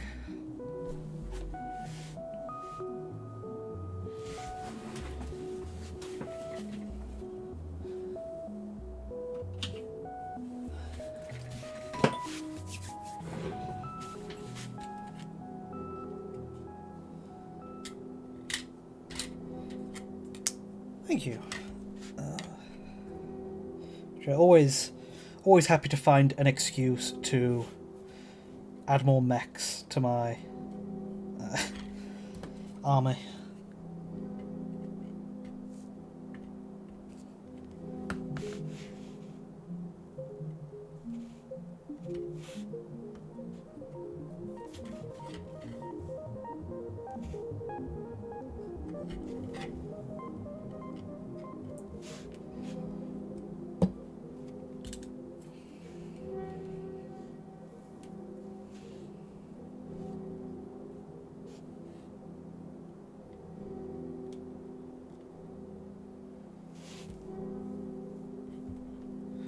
Bit of a finer wire here.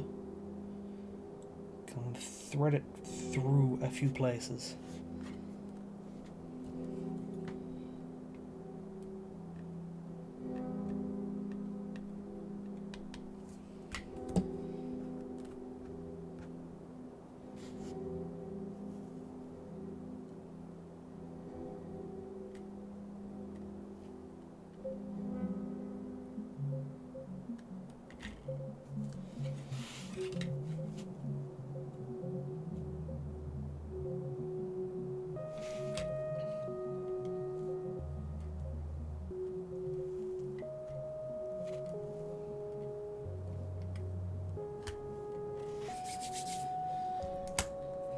Gotta be careful not to accidentally glue myself to the model.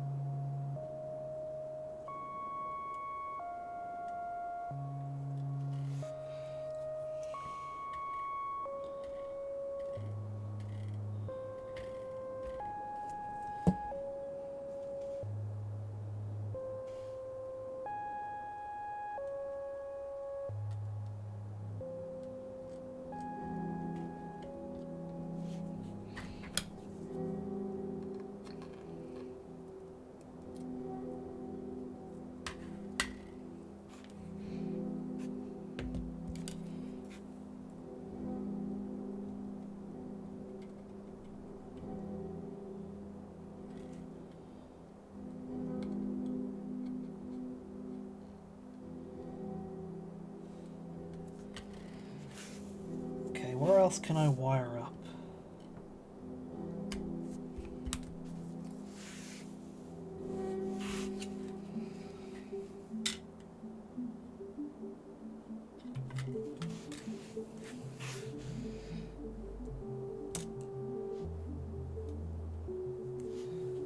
Ooh, Liberty Prime would be a cool one. Liberty Prime feels like perfect for an Imperial Questoris Knight. We just need to make him upright, but I've done that before.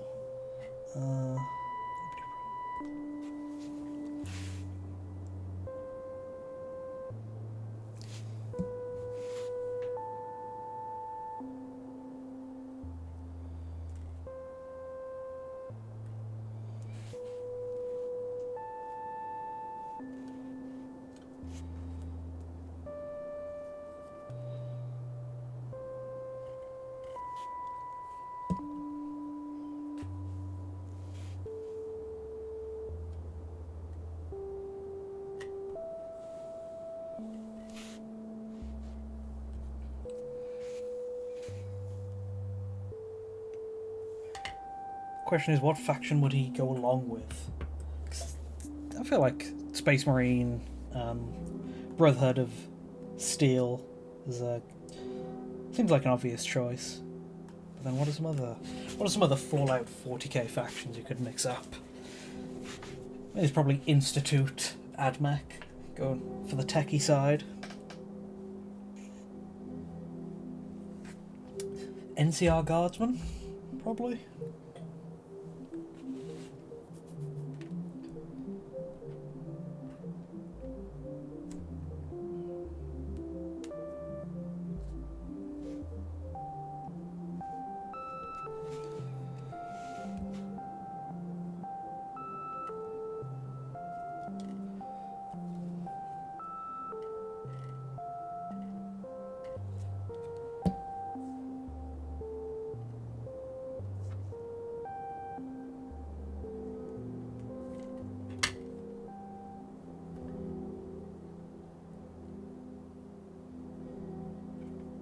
Ooh, creep. Yeah, because Minutemen seem like a good guard type, but like I said, I feel like the NCR might just be better for guard general. In general, I mean. Okay, I want another type of wire. Smaller type of wire. Can go for...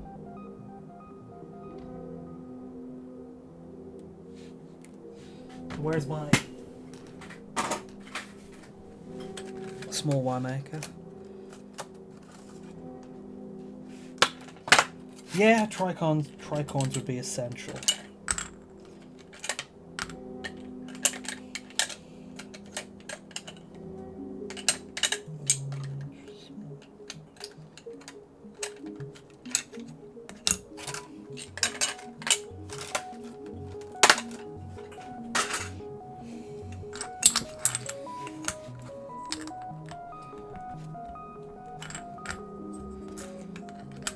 But like I say, there's plenty of historicals for that kind of stuff. I feel like Guard has a good advantage there for lots of cool sub-factions, just because there's lots of historical board games you can just grab pieces from. But then also, if you really want to play that style of army, then you could probably just go play this historical instead.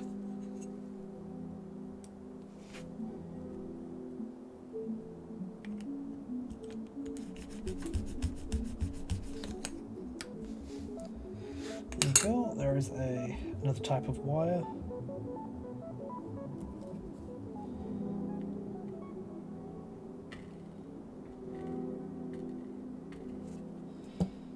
Let's thread that in around some bits.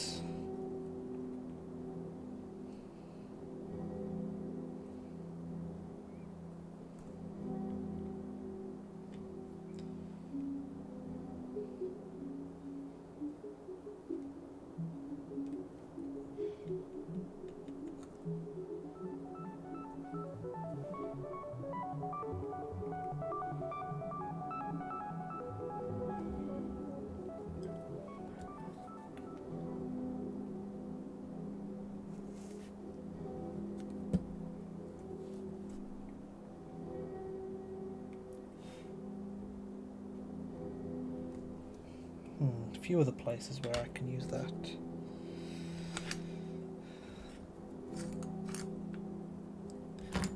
Just really want to make this look like there's a lot of complicated stuff going on under the panels, because that's what really helps sell mech builds, mechanical stuff, where you have big pieces of large, I don't know, armor panels or whatnot, and then in between them you have exposed mechanical details. Because it makes it look like you're getting a peek at the complicated inner workings, and if you detail them just right, then it's like, oh, that kind of mechanical stuff would be going on all the way underneath. We just don't see it properly. I need to go wash my hands because I got some super glue and I don't want that to mess up everything else.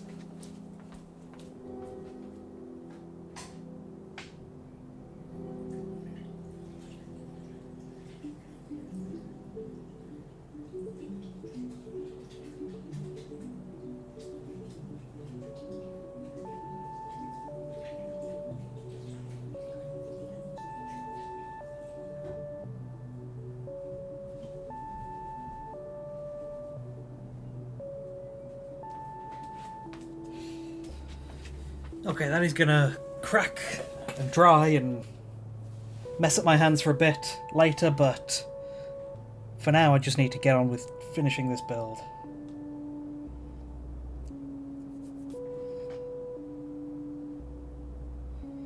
Okay, so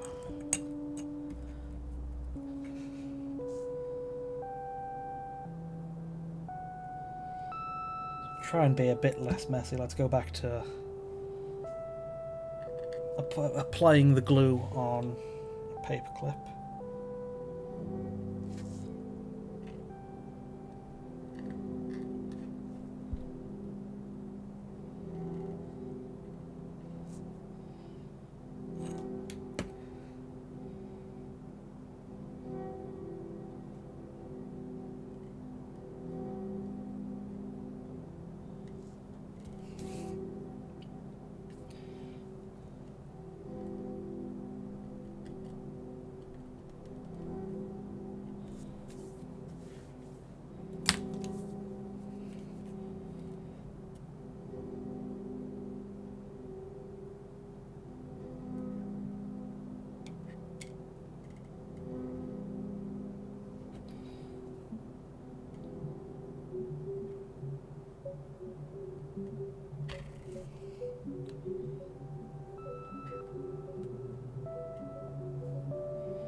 There's my paperclip.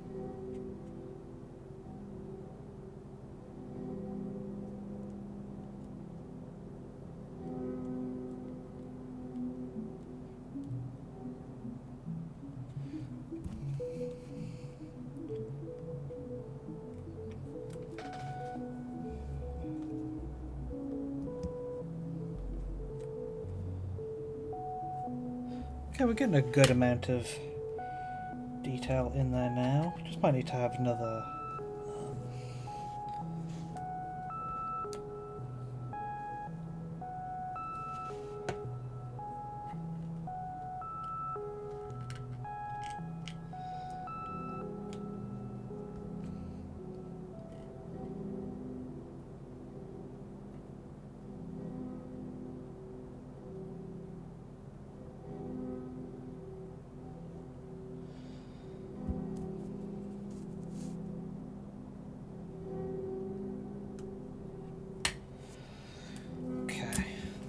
I know I'll need probably a few more places, but let's do a test fit to put it on top and see how that's looking.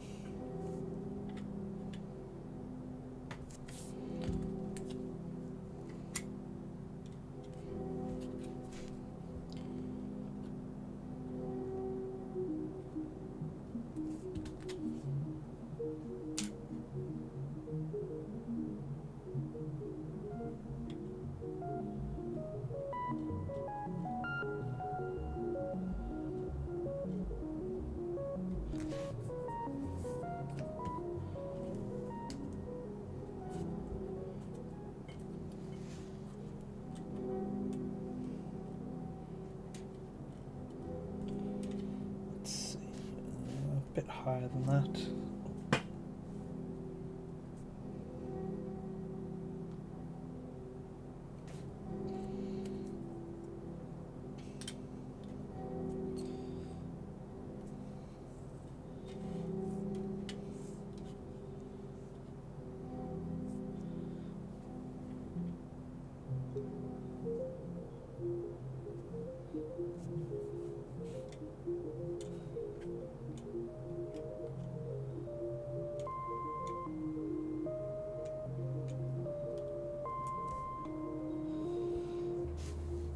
It's looking pretty well detailed. For sure I want some around the edges there, some there. But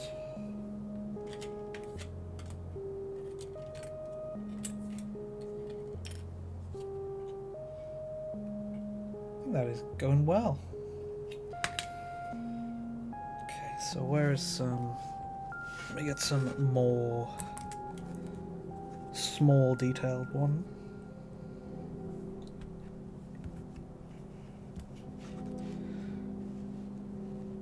Yeah. Once that is done, then I'll probably wrap the stream up.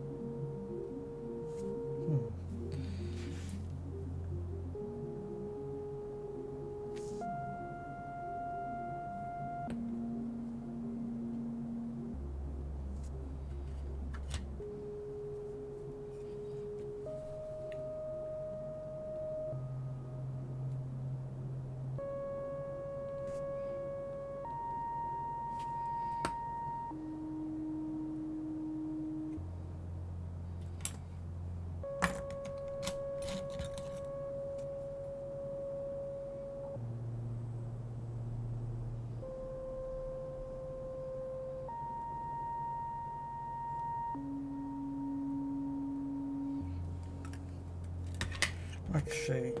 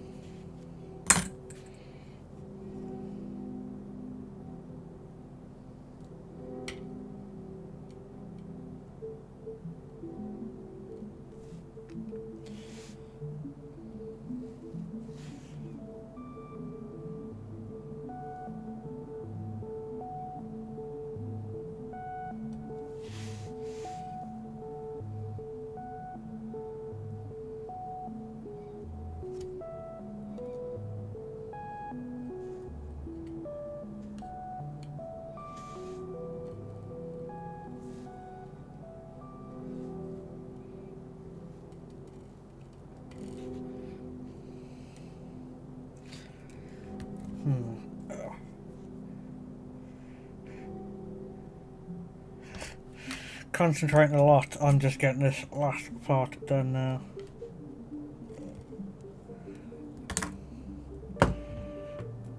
When there's some very finicky wires that don't want to be glued down properly.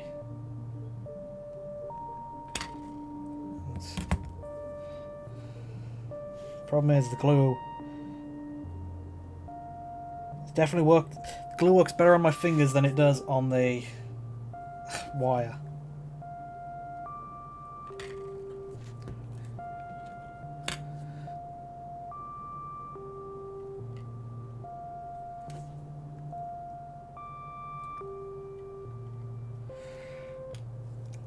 problem is you can't just use more glue to make this connection better, because if you use more glue, then it's going to be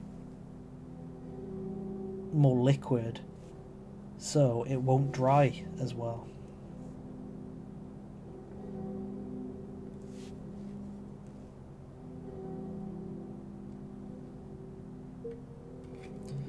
So you try to secure it better, and it actually secures it worse.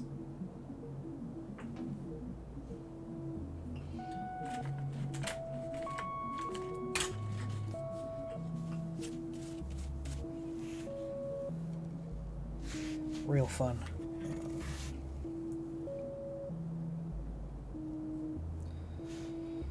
Let's see, what else?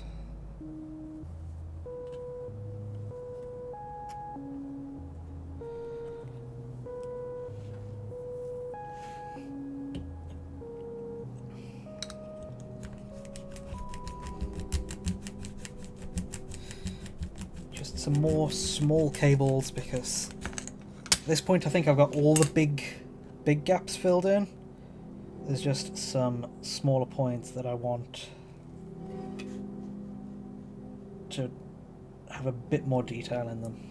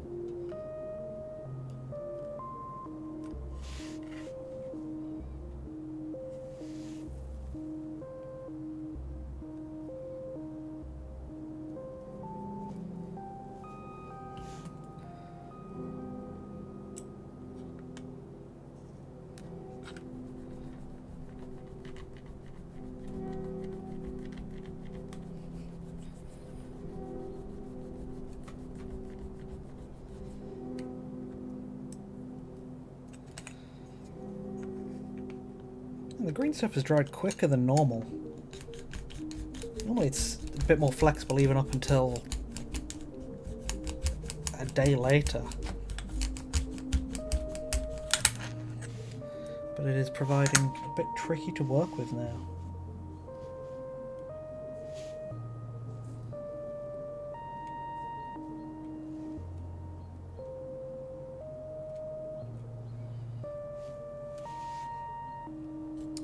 Just make a bit more space there to attach something.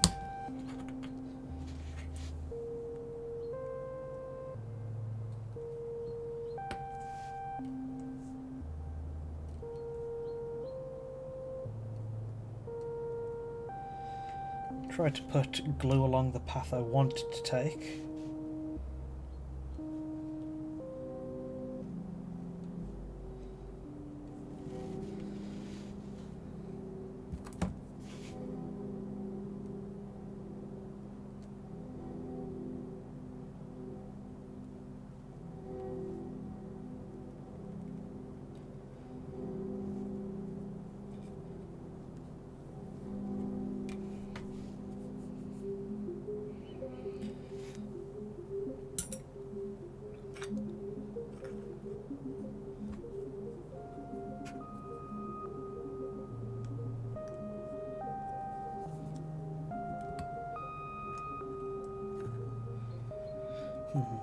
Might be a bit tricky to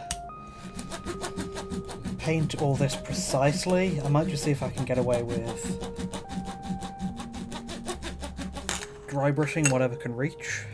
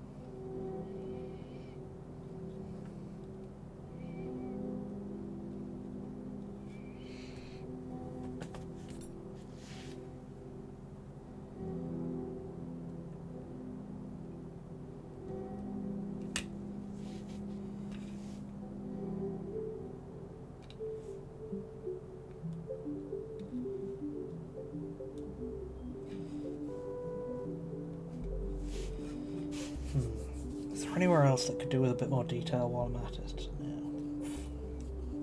There.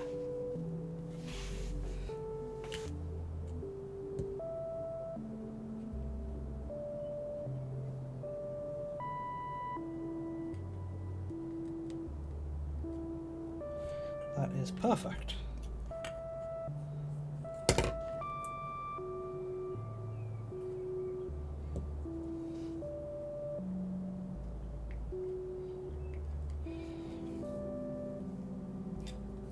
Excess green stuff, really good for just random base details. It's stuff likely going to be left over from the actual building, the base. I love doing like this type of build for the base where you can just use up any materials you didn't use on the model itself. It's a real, I don't know, efficient way for getting all the best use out of your bits, because the base is like low priority. It doesn't matter if the base isn't as good as the main model, because it's the base. It's just there to kind of frame it, the model at best. But you can still match it by using the same type of parts and same colours, kind of.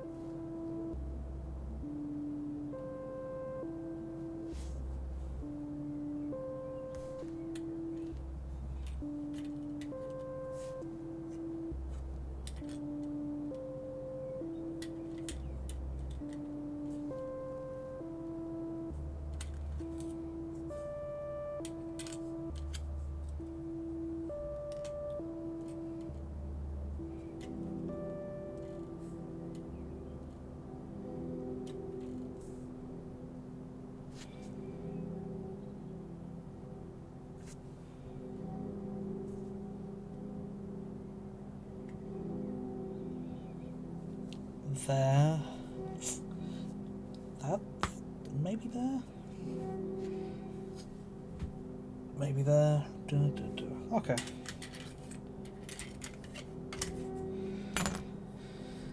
Last few bits now. Handlebars? You mean as in like places to grab on? I've done... You want to mainly around the legs, because that's the best place to climb up. I've done one on the knee, one on the upper leg, one on the bottom of the crotch. But if we want to look at the proper BT, I think there are more. Just even like ladder rungs, if that's what you mean by handlebars. You can go asymmetrical, because I think the original model has more on the left side than it does on the right. But yeah, mainly want to focus around... Oh no, yeah, he has more on the right than the left. But yes, if you look, he has one below the knees, one on the crotch, and then two on the left thigh. So not that many on the BT itself. And I did the same, I just moved one from there to there. So, 1, 2, 3, 4, 5? 5? That number seems a bit low, but that's what's on the model itself, 5. I mean, there's technically one below the eye if you want to do that. And like a few more on the hatch near the top.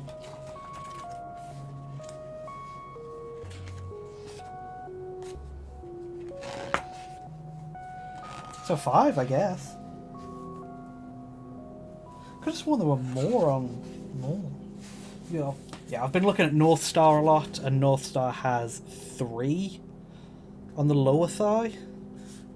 Like some on the upper shin.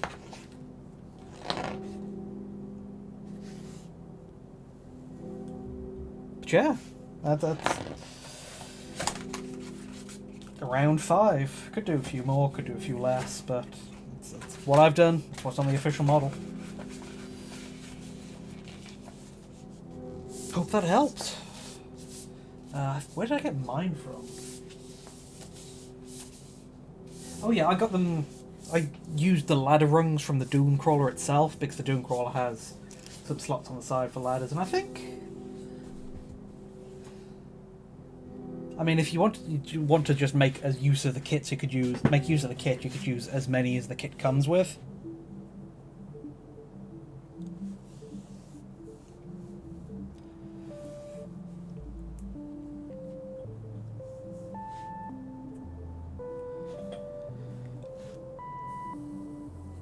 Where's the small wire I was looking at? I don't think that's it, but that works.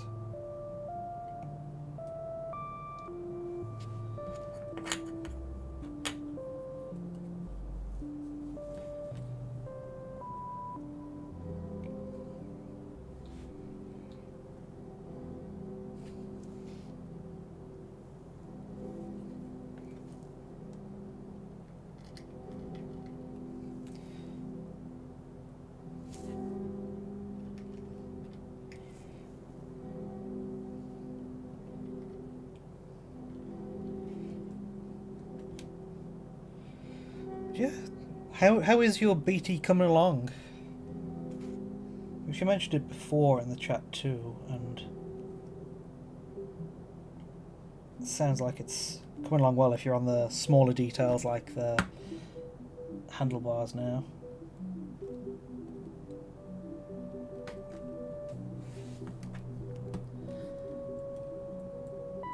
Oh yeah, you talk about minigun. Sorry I didn't get back to...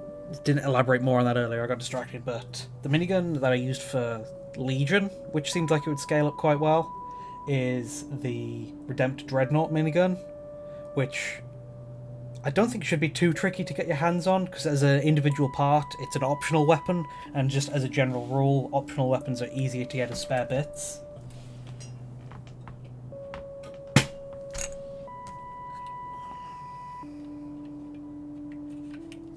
So yeah, it scales pretty well as a minigun for BT. If you want to give it a minigun, I'd recommend that.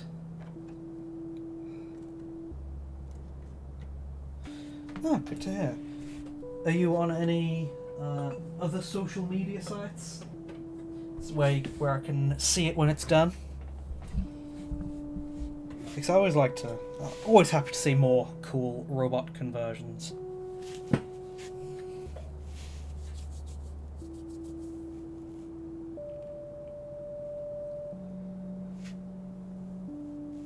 Yes, sprue and plasticard are just good base materials that there'll generally always be a lot of.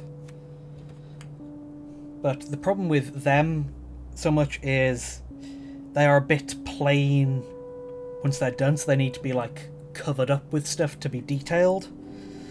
So that they're good for like skeleton structure underlying support, but they do need to be, I don't know, matched up with bits on top, like doing with the ladder rungs. That is a good surface detail to add. There is rivets,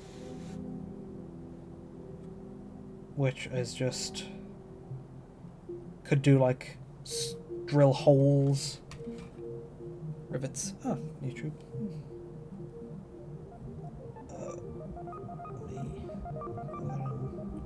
Get that glued in there.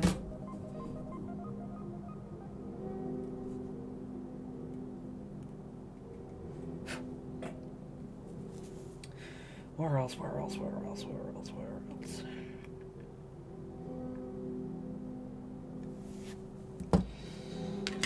Okay, one final. Remember, I wanted to put something there. Is there anything small I could? Any small bit I could just glue on there right now?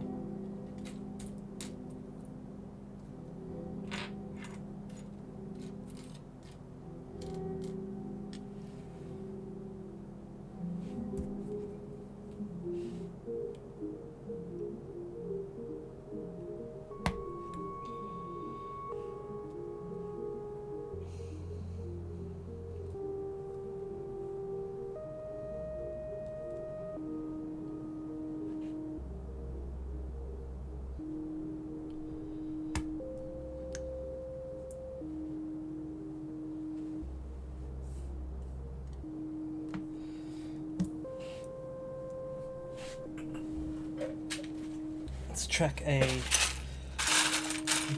box of bits just for anything small to attach.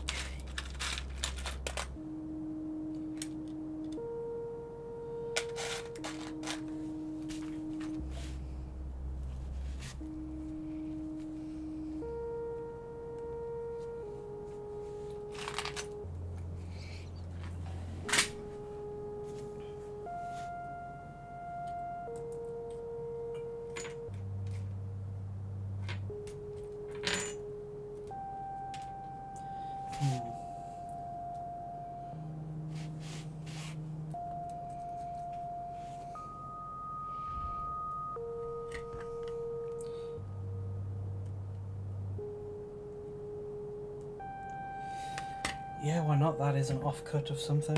An offcut of the front of the missile box I used for the gun that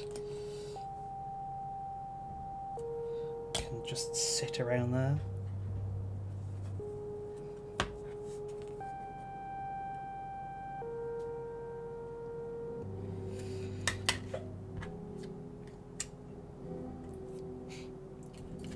So, I think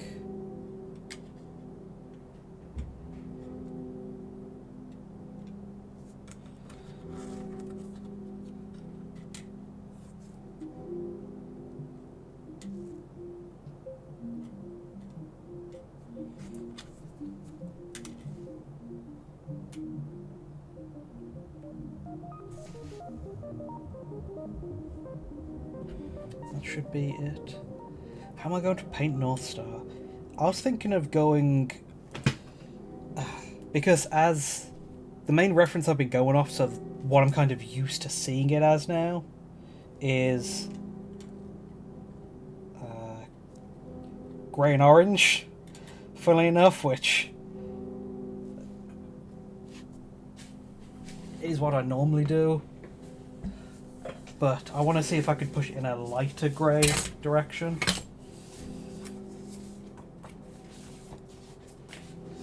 Because that's the one I'm most used to looking at now. So no, but I think I might try go like a light grey with orange and a bunch of mechanical stuff. But there's still a lot I need to figure out, so I'll see. But I do need to figure it out soon because with this last step, jeez, I'm painting it soon. It feels weird to say just because I've been building it for like month and a half now, but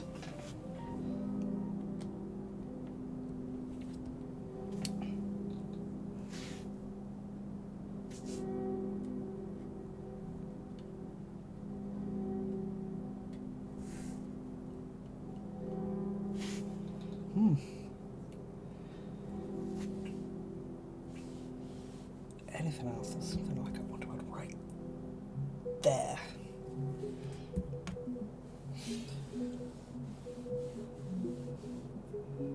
Can I use the other missile top?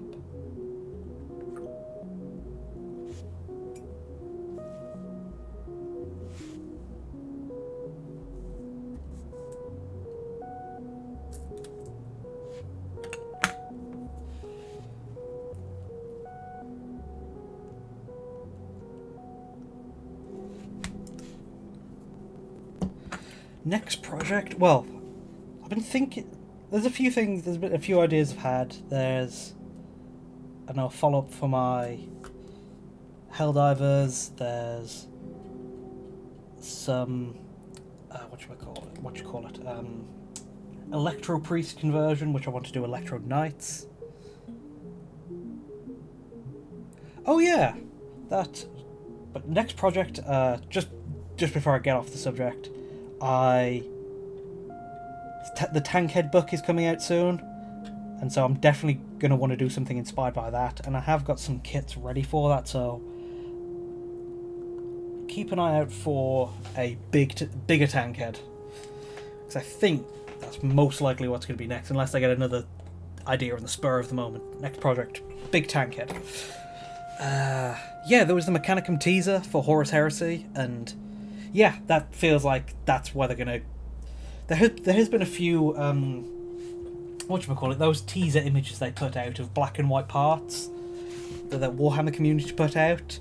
There's something that looks like a Thanatar claw or something, and so it's like, oh yeah, I think we're going to be getting some plastic battle automata, plastic Mechanicum, which I'm very happy about because more machine bits fodder. I don't play Horus Heresy. I don't think I'll get into a full army, but always happy to get more bits for converting.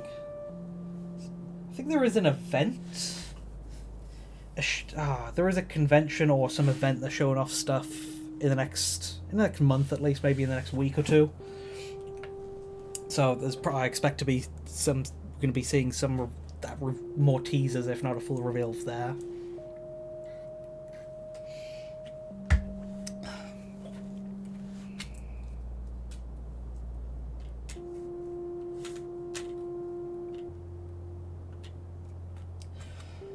But okay, that is the base done.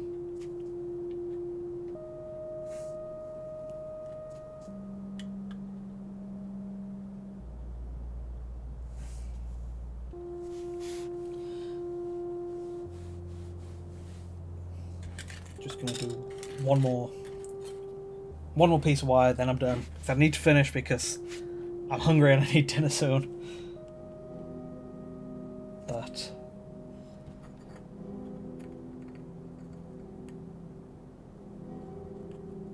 yeah, I'll be doing a stream on painting. I should be. I'm not sure if I'm busy next week. I'll definitely be busy the week after, but with any luck, well, painting doesn't take as long as building, so I'll have this painted in a week or two, but if I'm not busy next weekend, I will have a painting stream, so I should keep an eye out for that next weekend, maybe. Oh, Gypsy Danger. That... I love me some Pacific Rim. For a Gypsy Danger, I would recommend an upright knight with, I don't know, it's probably going to be a Storm Talon turbine for the chest, because that's a obviously big feature. Upright Questoris Knight. For some chest panels, because I've... Oh god. Let me get my Questoris Knight, for example.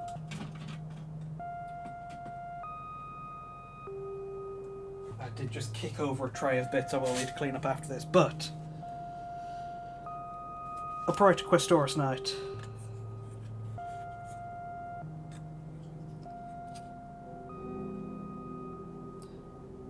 It's pretty easy to do if you put the neck piece up in the right place. Then this chest piece I'm not too happy with myself, but if you want to do Gypsy Danger, you have a big turbine there, and then for other chest piece armor plates, you can get some bits from the new taller knights, because they do have more chest piece armor bits to play with. So that would be my recommendation for a Gypsy Danger, because it's Jaegers are real big, so you You want to go larger than an Armiger scale for it.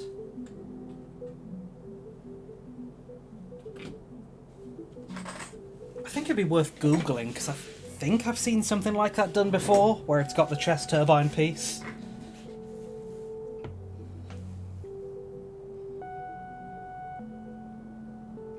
But okay. Before I get too distracted and caught up in something else, I think that is that. Thank you for showing up today.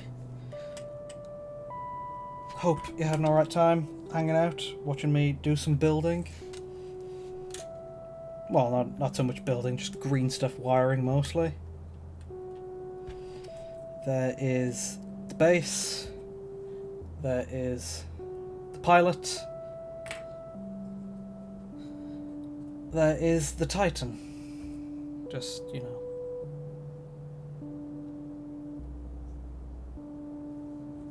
With the wires.